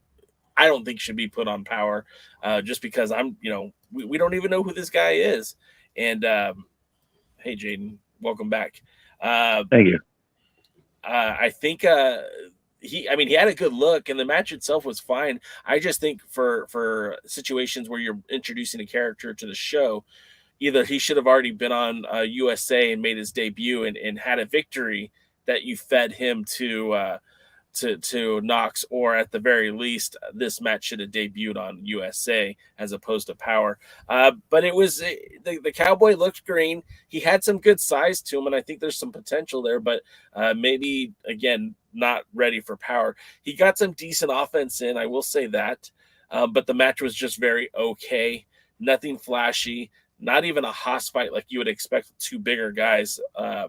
Knox gets the victory with his version of the Crossroads, and Knox is over in Tampa. What do you have to add to this one, DK?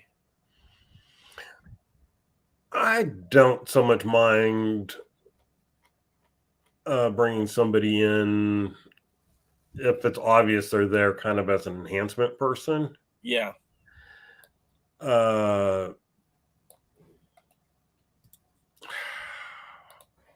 My problem with this match is that Knox was very much a heel. Yeah, he didn't change his style of wrestling. I mean, absolutely nothing changed in the way he wrestled in any way, shape, or form. Which, if you're someone like Steve Austin, you can get away with. I don't know that Knox can get away with it in the same vein. So it's like, I don't get the sense that there's necessarily been a face turn for Knox yet. Just he's somewhere where the people liked him. Yeah. So, I mean, it was kind of like Odison, who was a heel, then all of a sudden they put him in the ring one night against someone else, and now he's face. Oh, okay. So, I mean, I get the feeling that maybe at the next set of tapings, if they keep Knox, which it wouldn't upset me if they didn't, but if they keep him, then, he may just be a heel again, especially if Cardona goes away. Which I think that's what they're hinting at. I think. Yeah, I was going to say, let's be honest. That seems to be what's going on. Cody has made it pretty clear. Yeah, that he wants him back, and he wants Matt Cardona back, not Zack Ryder. That's interesting. I have an idea, by the way, I just thought of right now at this very moment. When we ever have an opportunity to have like an Alliance guys where we don't really have a Power to talk about, let's go over the NWA roster and choose who would we keep, who would we fire, and who would we use. And okay, well, let's start with Billy. I'd fire him. That's an interesting topic, and that's something that we definitely should do.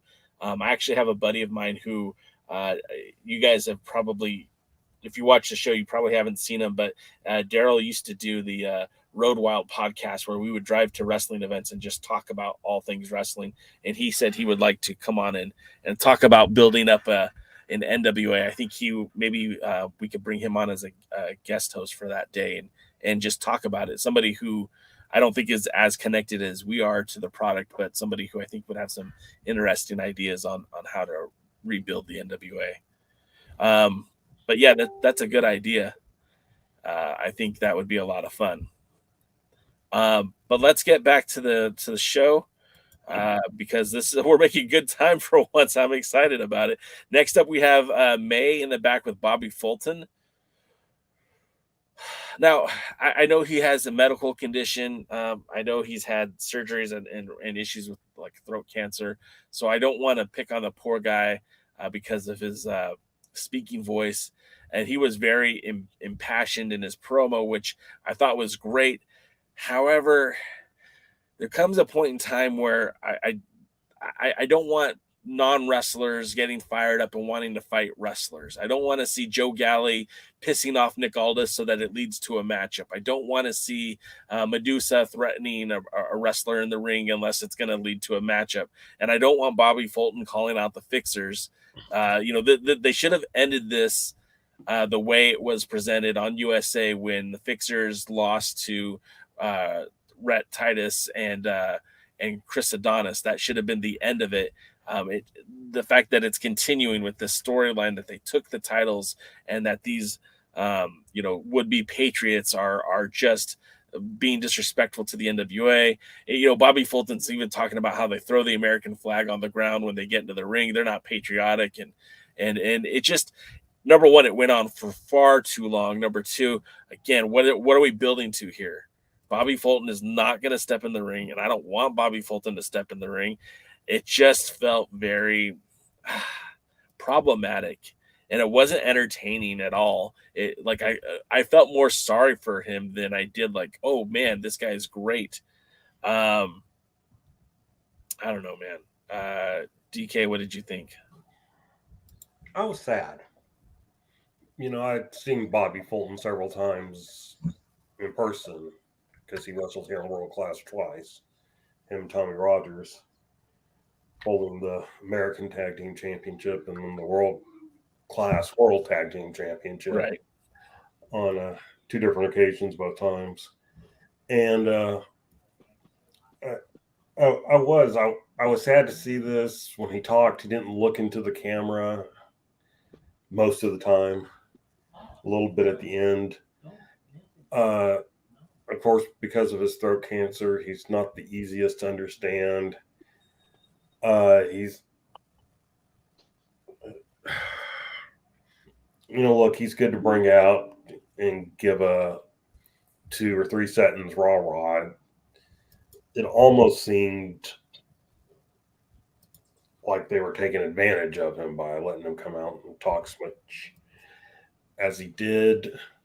Like you said, they had the perfect ending to it. Why do they need to continue this? They don't. There's nothing. Maybe they'll do something on the pay-per-view for it or whatever, but it's not anything that's going to be of interest to me. We don't need fake U.S. Tag Team Champions when we have, real U.S. Tag Team Champions. And I'm one of the few people that apparently doesn't mind the belts they're using. And, of course, I hated the ones the Fixers pull around. So maybe that's it.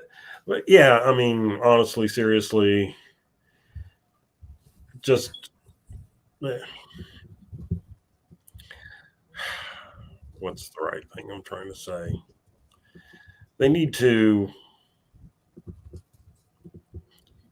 think about what they're doing. And I don't mind, again, Tommy Rogers being the thing. God, when he went out to the ring that one time without wearing a shirt and just jacket, again, it was, it's almost like, is this elder abuse or something? Yeah. And just, I don't know. Like I said, I was sad. I didn't look at this and go, oh my gosh, this is terrible, or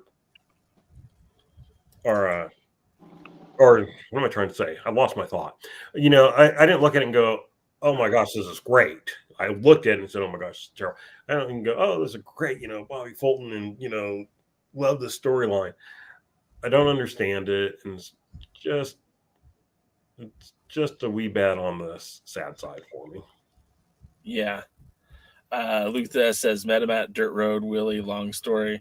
Still a better promo than half the guys in the business. All right, that's fair. He was impassioned. Like I said, it was kind of hard to watch though, because I know that a lot of it is because of his previous medical conditions. But you know what? I'm going to disagree with that. I'm Yeah. sorry. I feel like that's a phrase used too often with some of the older guys when they show up. Oh, well, they can still go, or oh, they can do a promo better than anybody. That promo wasn't good, and I would say it was the worst one on the show. All right. So I mean, let's not blind ourselves. Let's not go, oh, well, I mean, when people go Jerry Lawler at 70 and haven't had a heart attack and strokes and everything else, and he can still out go 90% of the indie wrestlers. Well, all you're telling me is 90% of the indie wrestlers are crap and worse than an old fuck who can't even wrestle. And has had a heart attack and a stroke. You're not saying good things about that person. You're saying bad things about everybody underneath it.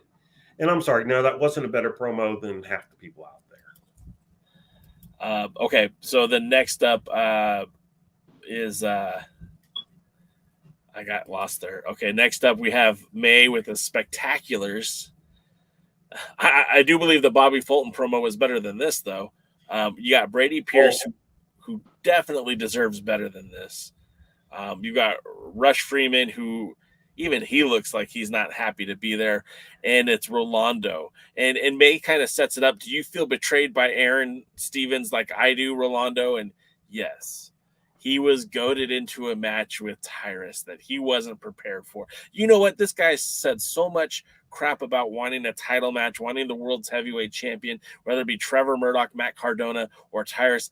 I'm glad they squashed him. I don't need to see him anymore. This promo was a waste of time. I'm done with it. I have no patience for this whatsoever. DK, your thoughts? I won't say it was a better promo than Bobby, but I will say that I was more interested in Bobby's than I was this one. That's what I meant. Yeah, just again, I can't miss Rolando if he doesn't go away. And the truth is, if he goes away, I still won't miss him. So his time has run its course. If you want the Spectaculars as a tag team, then bring in enhancement tag teams so that they can get wins. Before we go any further, some late breaking news: the tag team of Kylan King and what's her name? I can't think of her name. I'm pulling it up right now. You don't have to help me. I'll get it. Kylan King and Taylor Wilde are your new Knockout tag team champions. This is kind of like the world's worst kept secret, because we knew Taya Valkyrie announced that she had no more commitments to Impact Wrestling. We knew that they were going to take the titles off of them. So congrats to Kylan King, who is officially now a member of the Impact roster, and also Taylor Wilde for winning those belts. And of course, we knew this was all going to happen because, we knew that Taya was heading to AEW. So, all right. Let's see. Let's get back to it. The next match. This was a fun match. This was a good match. In Jaden, if you're still awake, this is a match that you need to go out and seek. It was the TV title match between Thom Latimer and Rhett Titus. Both very professional dudes in the ring. These two have shared the ring several times under the NWA banner and sometimes outside of the NWA banner. Going back to 2019 in the Crockett Cup, they were both in that qualifying Battle Royal match. They have feuded over the UEW Heavyweight Championship in Virginia, and this is their second time one-on-one in an NWA ring. I do hate the 10-minute or the 6:05 time limit. I wish we could just have 10-minute title matches. It would make so much more for better TV. Tom spends basically the entirety of the match working on Rhett Titus's injured leg. It was heavily bandaged. I don't know if he's legitimately hurt or if they were just looking for a way to work an injury angle or something with him. But Lats gets the victory with an STF. At first, he had that crippler's crossface that he uses from time to time, but he couldn't get Titus to tap out, so he took the extra mile, went with the STF, and I kind of like him using that maneuver. I hope to see him use it again. You know, Jaden, I know you're a huge fan of Rhett Titus. Do you like him being used in this way, and do you think he could help elevate guys like Thom Latimer for the NWA? Here's the problem. He's also wrestling for the new AEWECW Ring of Honor, whatever, you know. I don't think he's long for the NWA. What was that? I said that probably means we won't see a whole lot more of him. Yeah, I don't think he's long for the NWA right now. I mean, Rhett's a good guy. I hope he gets everywhere he can be seen. I wish he was in MLW. I wish he was in Impact. I wish he was in NWA. I wish he was in Ring of Honor. You know, I wish the more places that you can see Rhett, I think, is a good idea. But I just don't see him long for the NWA, unfortunately. DK, I mean, you watched the match. What did you think? Well, of course, anybody that knows me knows this type of match I like. It's very technical. It's wrestling. No, I mean, it's not even wrestling. It's wrestling. Yeah. I mean, some good catches, catch can. Both of them, of course, Rhett Titus, you know, had gotten into the pure division in ROH, so which is a more technical style of wrestling. Latimer, of course, comes from a European background, which has a more technical wrestling style. And it was good. It shows that type of thing can be exciting. I feel bad for everybody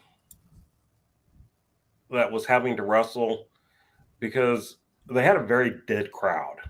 Yeah. I mean, there were very few people who cheered and made noise or whatever. Most of them just kind of sat there like lumps on a log. And I mean, I don't know. And from the beginning of the show, you know, from the beginning of the tapings, from what we've heard. And so, you know, this comedian would say, tough crowd out there. And I felt like it didn't do some of the wrestlers in wrestling justice. So, but the match itself was enjoyable. Went about 5 minutes. I like that there was an actual victory. I do think the leg injury was a work, and I think it was done specifically for this match. I don't think there's any like background, as you know. They didn't say, "Oh, well, he heard it," you know, doing X. He just showed up with the tape on. Latimer, of course, kept trying to do it. I hate piped in crowd noise because it's all. And I think they should, you know, I'd like to see more type of stuff like this. And I do think Titus is probably AEWROH bound. And I hope so, and I hope they use them. And, you know, use them well there. Not that I have a lot of trust in the great Tony Khan, but yeah, I mean, what more? It was good. I did like the ending that he had to go from his normal thing to a move that actually affects the legs. So, at least I felt like there was a scientific approach to it. Our boy Luthez is trying to make me feel bad about being an Angels fan, but I still hold on to 2002. I was there. I saw them win the World Series, and hopefully before I die, I'll see it again. Hopefully. Asshole. And then James H. Jackson is just reminding us also that tonight on Ring of Honor, Willie Mack fought Claudio Castagnoli. Look, you're not on Twitter right now, James, but I actually tweeted a photo from about 10 years ago, actually like 13 years ago, when Willie Mack and Claudio Castagnoli met in a championship wrestling from Hollywood ring. I think it's kind of cool that, look, Claudio's only gotten better. Willie Mack has only gotten better. I'm sure that match was a great one to watch. I'm looking forward to seeing it. But let's get back to the show because we're starting to run out of time here, but we're getting towards the end. Next up, we get May with Pollo and Thrillbilly, and this is a much more reserved Thrillbilly. I'm not used to seeing him like this. In fact, he was sad, and I'm kind of sad too. he's upset because he didn't get the shot at Cyon. Now, he won the Champion Series, but evidently there's some backstage politics, some backdoor policies happening that have circumvented our boy Silas Mason, the Thrillbilly, and Poyle Damar from getting an opportunity to challenge for that national championship at 312 pay-per-view. So Silas admits that he'll be taking on Brady Pierce, which I'm assuming is going to be at the pay-per-view. They didn't really specifically say. Maybe we'll see it on Power next week. I don't know. But very different seeing this more reserved Silas Mason. And this is when Poyle was on fire. Poyle got very animated. There was a line where I believe Poyle flubbed the line and was able to kind of recover by saying that she's so upset right now. So it was a good promo, I feel, from our friends in Poyle and Silas Mason. And I really do want to see him back in that title hunt. If EC3 walks away with the belt, good for him. But if not, then I want Silas to be the next guy to challenge Cyon for the title. DK, do you have any thoughts on this one? I think when we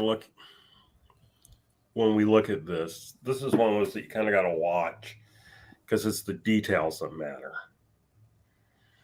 And so, yeah, Silas wasn't his normal Thrillbilly self. Yeah. But there was a reason, they're casting this in, I'm being cheated out of my title shot. I should be getting it. And, instead somebody else is, and stuff like that. And then, so that leads to Poyo, who now, Poyo is going to be the one to express the anger and stuff like that. But while she's expressing it, Thrillbilly's posing and, giving his arms up and stuff, it's different, but it's good, and it's what's needed for this moment. And you have to pay attention. Yeah, she flubbed the line, but she came back with the right thing. Oh, I'm so pissed off I can't even. Yeah. I can't even speak correct. Which is a good recovery, and it's just, we talk about botches sometimes. I go. A lot of times in wrestling, things are only a botch if one of two things happen. One, they treat it like it wasn't. So, you come off with a shooting star press, but you miss it, but then just, back up and pin the guy or whatever, like you hit it, that's a botch. Or if you go and do the exact same move again, that's a botch. But if you can make something out of it, then you keep going. That's what happened here. She didn't flub her line. She was too upset. Yeah. That's fair.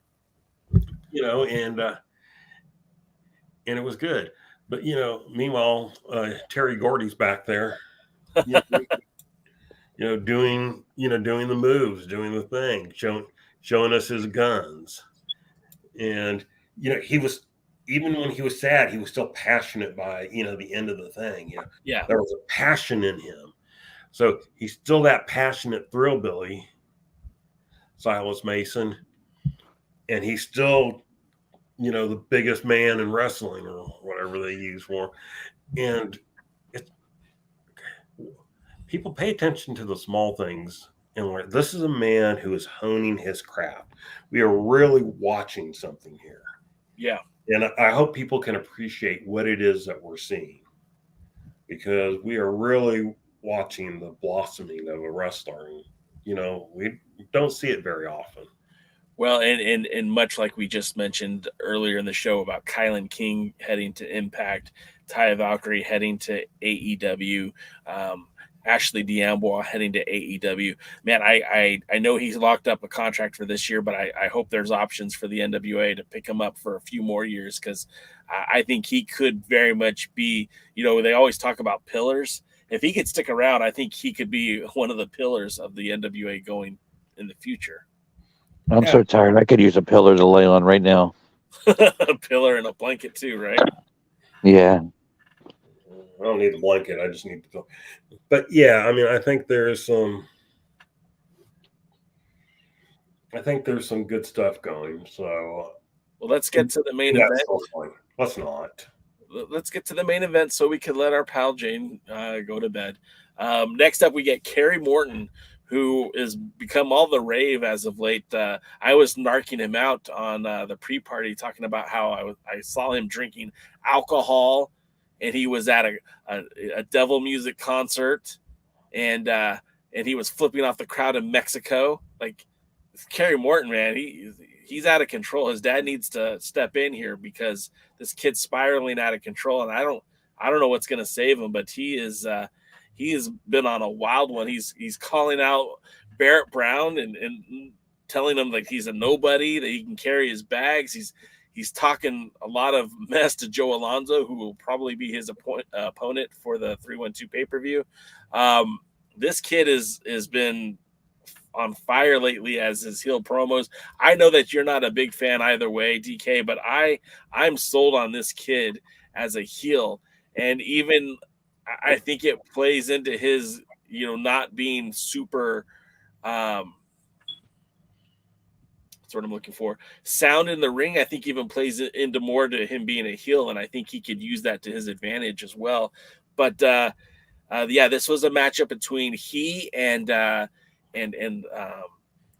Wolf of La Rebellion. It was a champions exhibition. You got the world tag team champion taking on the world junior heavyweight champion. Now, Joe Galley said something along the lines that Mecha Wolf is like 240 pounds, and I'm not trying to break kayfabe here, but I know I've been around Mecha Wolf. I stood next to him talking to him, and he's not 240 pounds. Now, he might not be a junior heavyweight classified by the NWA at this point, but that the guy is built well enough that he's no way is he 240 pounds. I just don't believe it.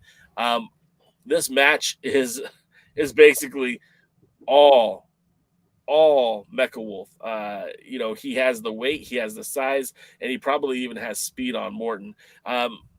This is one of those times where you see a true world-class caliber athlete. Back when he was Mr. 450, he was the guy that was able to do like the just insane flippity flop stuff. He's really changed his wrestling, and he's more like, even though he does take higher risks, he's still more grounded in his wrestling, more higher impact in terms of striking and move set.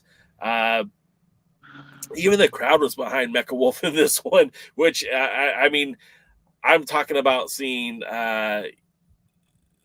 Kerry down in Mexico, where the fans were obviously against him because it was the a pro AAA audience. But this is kind of ironic that he's in Tampa, Ricky's not out there with them, and the fans kind of seem to turn on him if I'm noticing it.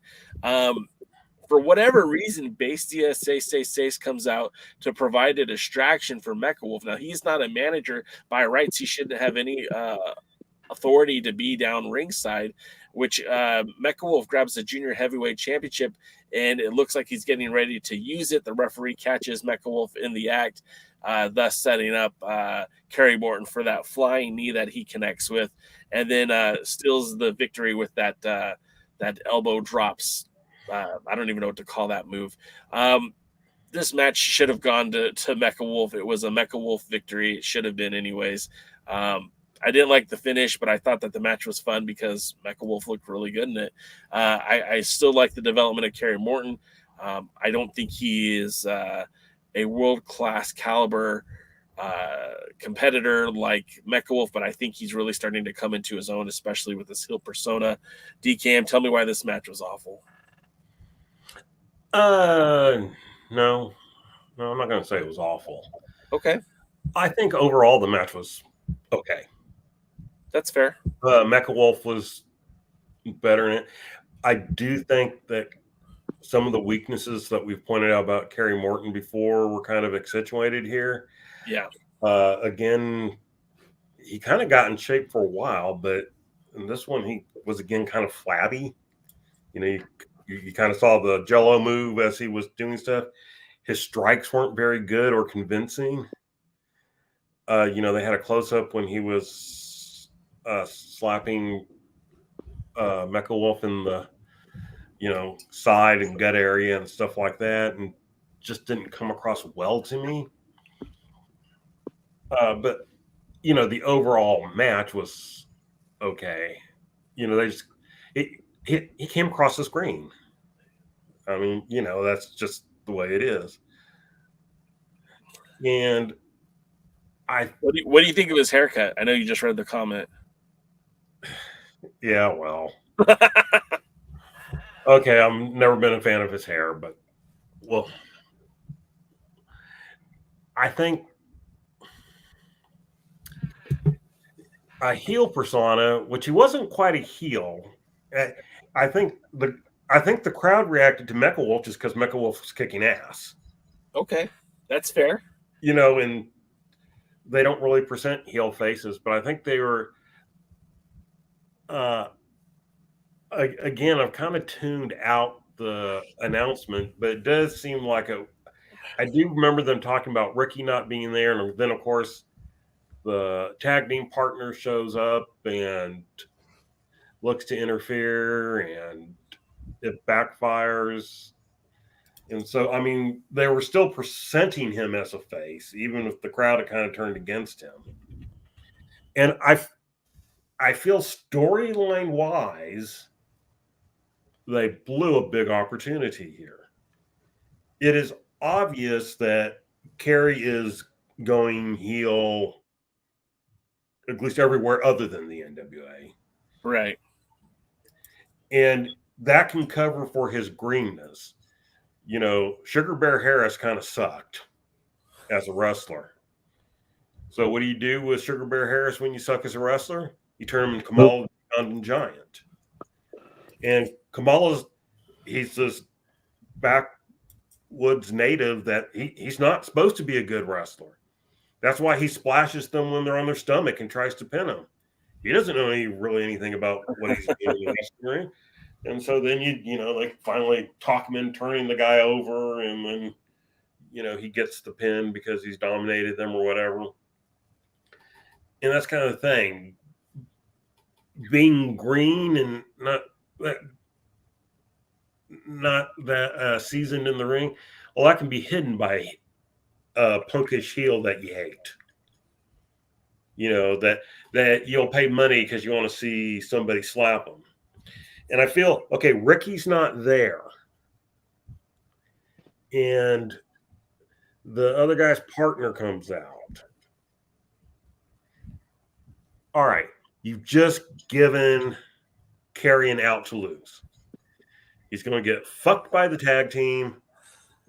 I'm sorry, that's an actual terminology they use in wrestling. Sure. He's not going to lose cleanly, basically.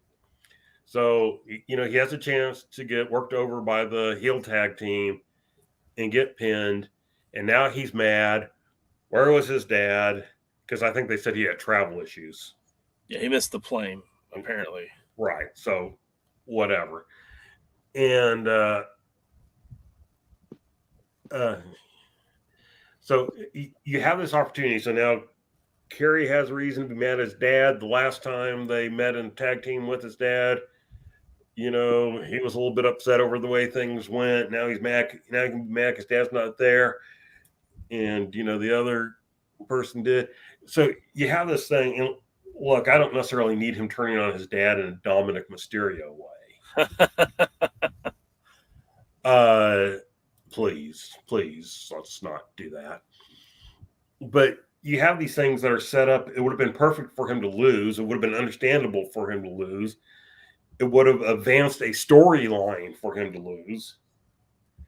Instead, what we had him coming out, everything being to his disadvantage, him getting beat up for however long the match went on, and then winning with a knee strike. Yeah. Okay. I don't guess I need to see anything more from him, do I? Yeah. Well, we just lost Jaden, which is sad. No, not Jaden. Well, because we were going to talk about this upcoming show that's happening on, event. Yeah, I was about to lay into you, dude. Yeah, well, I caught it. Well, I mean, that was Power, and that was the end of Power. And obviously, we'll have some more matches coming up this Saturday for USA. Stay tuned to this podcasting network when our pals, the other Alliance guys, will talk about this week's USA. But luckily, we got Jaden back because on March the 25th in rustic Glassboro, New Jersey, the biggest event of the month of March is happening right there in Glassboro as Dog Prevents Beware of Dog. Jaden, why don't you tell us a little bit about this big event that's coming next week? Here's something, it's going to be exclusive. This is going to be the last event at the Memphis Sports Center. Ooh. So this is your last chance to see where Dog has been dominating since 2019. And where we are home at the Max Fit Sports Center, because the building's being turned to a pot dispensary. Shit. So you'll still be there. There'll be a lot of high flying for sure at that new building, but it won't be from Dog Pro Wrestling. So make sure you are there to witness this last ever event at the Max Fit Sports Center. 240 Delsey Drive South in beautiful, stoned Glassboro, New Jersey. We got to weed out all the bad matches and only bring you the good stuff. Well, then you better make sure Dave Dahl's not on the card. Yes. But still, it's going to be great professional wrestling action. You got the World Wrestling Grand Prix heavyweight champion, Chris Steeler, defending against Busky Eric Martin. I'm not sure what strain of pot Busky is, but he's there. And it's going to be for the World Wrestling Grand Prix Championship. Chris Steeler cost Eric Martin his Dangerous Adrenaline Wrestling Gladiator Heavyweight Championship. So again, Eric Martin wants to go for a modicum of revenge and take that WWGP gold from Chris Steeler. This isn't just a championship match, it's personal. And I think it would be apropos at the last ever event at the Max Fit Sports Center, located 240 Delsey Drive South in Glassboro, New Jersey, that the Glassboro native Eric Martin wins gold. So this right now, you could be witnessing history. Make sure you are there. Speaking of gold, there will be the new Dangerous Adrenaline Wrestling Gladiators heavyweight champion in Justin Adons, who will be fighting against Ty Thomas. The Old School Empire will be in action. You will see, if you're going to watch that Monster Factory television show on Apple TV, you'll see from there Goldie. Goldie also recently been training down at the New Japan Dojo in New Japan Strong in California. So you get to see him right now showing what he can do in a Dangerous Adrenaline Wrestling Gladiators ring. There's going to be 7 great matches from top to bottom, plus probably Dave Dahl will be wrestling. So make sure you are there at the Max Fit Sports Center. It is the unofficial Alliance Guys Fan Fest. Unfortunately, DKM wanted too much money to appear, so we don't have him, or too many tacos. He's got to make something to make his butt hurt. Still, it's got to make sure you're there to see not just the greatest wrestling promotion in all of South Jersey, #1 wrestling promotion in all of South Jersey, but meet J. Cal in person and other Alliance guys. And I'll even be there, but I do charge for autographs. And also for photos. So that's going to do it for us this week again. Jane, I got to get some tickets from you, by the way. They're already reserved for you and the guys. I already have them put aside. Awesome. But I'm very much looking forward to it. I'll be on a plane after next week's podcast. I'll be jumping on a plane and hopefully with, hey, hopefully you don't screw me this time. Hey, you tricky little monkeys. But that's going to do it for us this week. I do appreciate you guys being here every Thursday with us on the podcast. If you do enjoy it, please give us a thumbs up, a like, subscribe, share it if you really enjoy it, and leaving comments in the comment section, not just here in the live chat, but in the comment section really helps the page grow. Also, we're putting up weekly shorts. Monday through Friday, I'm putting up content that I taped from Mexico, content that I taped from Arizona. You'll see content that I taped from New Jersey, even though Jaden just left. I'm sure Dr. Zirconi won't have a problem with that. But that also helps the channel grow. And if you really want to help support us, buying a t-shirt, buying some W, that really helps out. Those links are in the bio. DKM, if they want to follow you on the social media, how can they do that?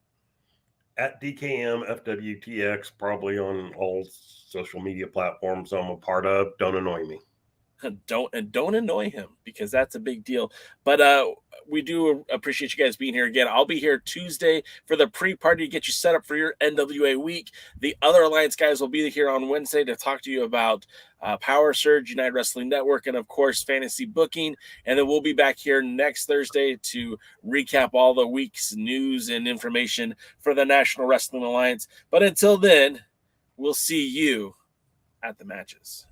Thanks for joining the stream. This has been a presentation of Alliance-Wrestling.com. We genuinely appreciate your support. Would you consider subscribing so you'll never miss a future episode? I'd also like to remind you we do a live stream every Tuesday at 5 p.m. before NWA Power. You can find us on social media at The Alliance Blog. And until next time, we are The Alliance.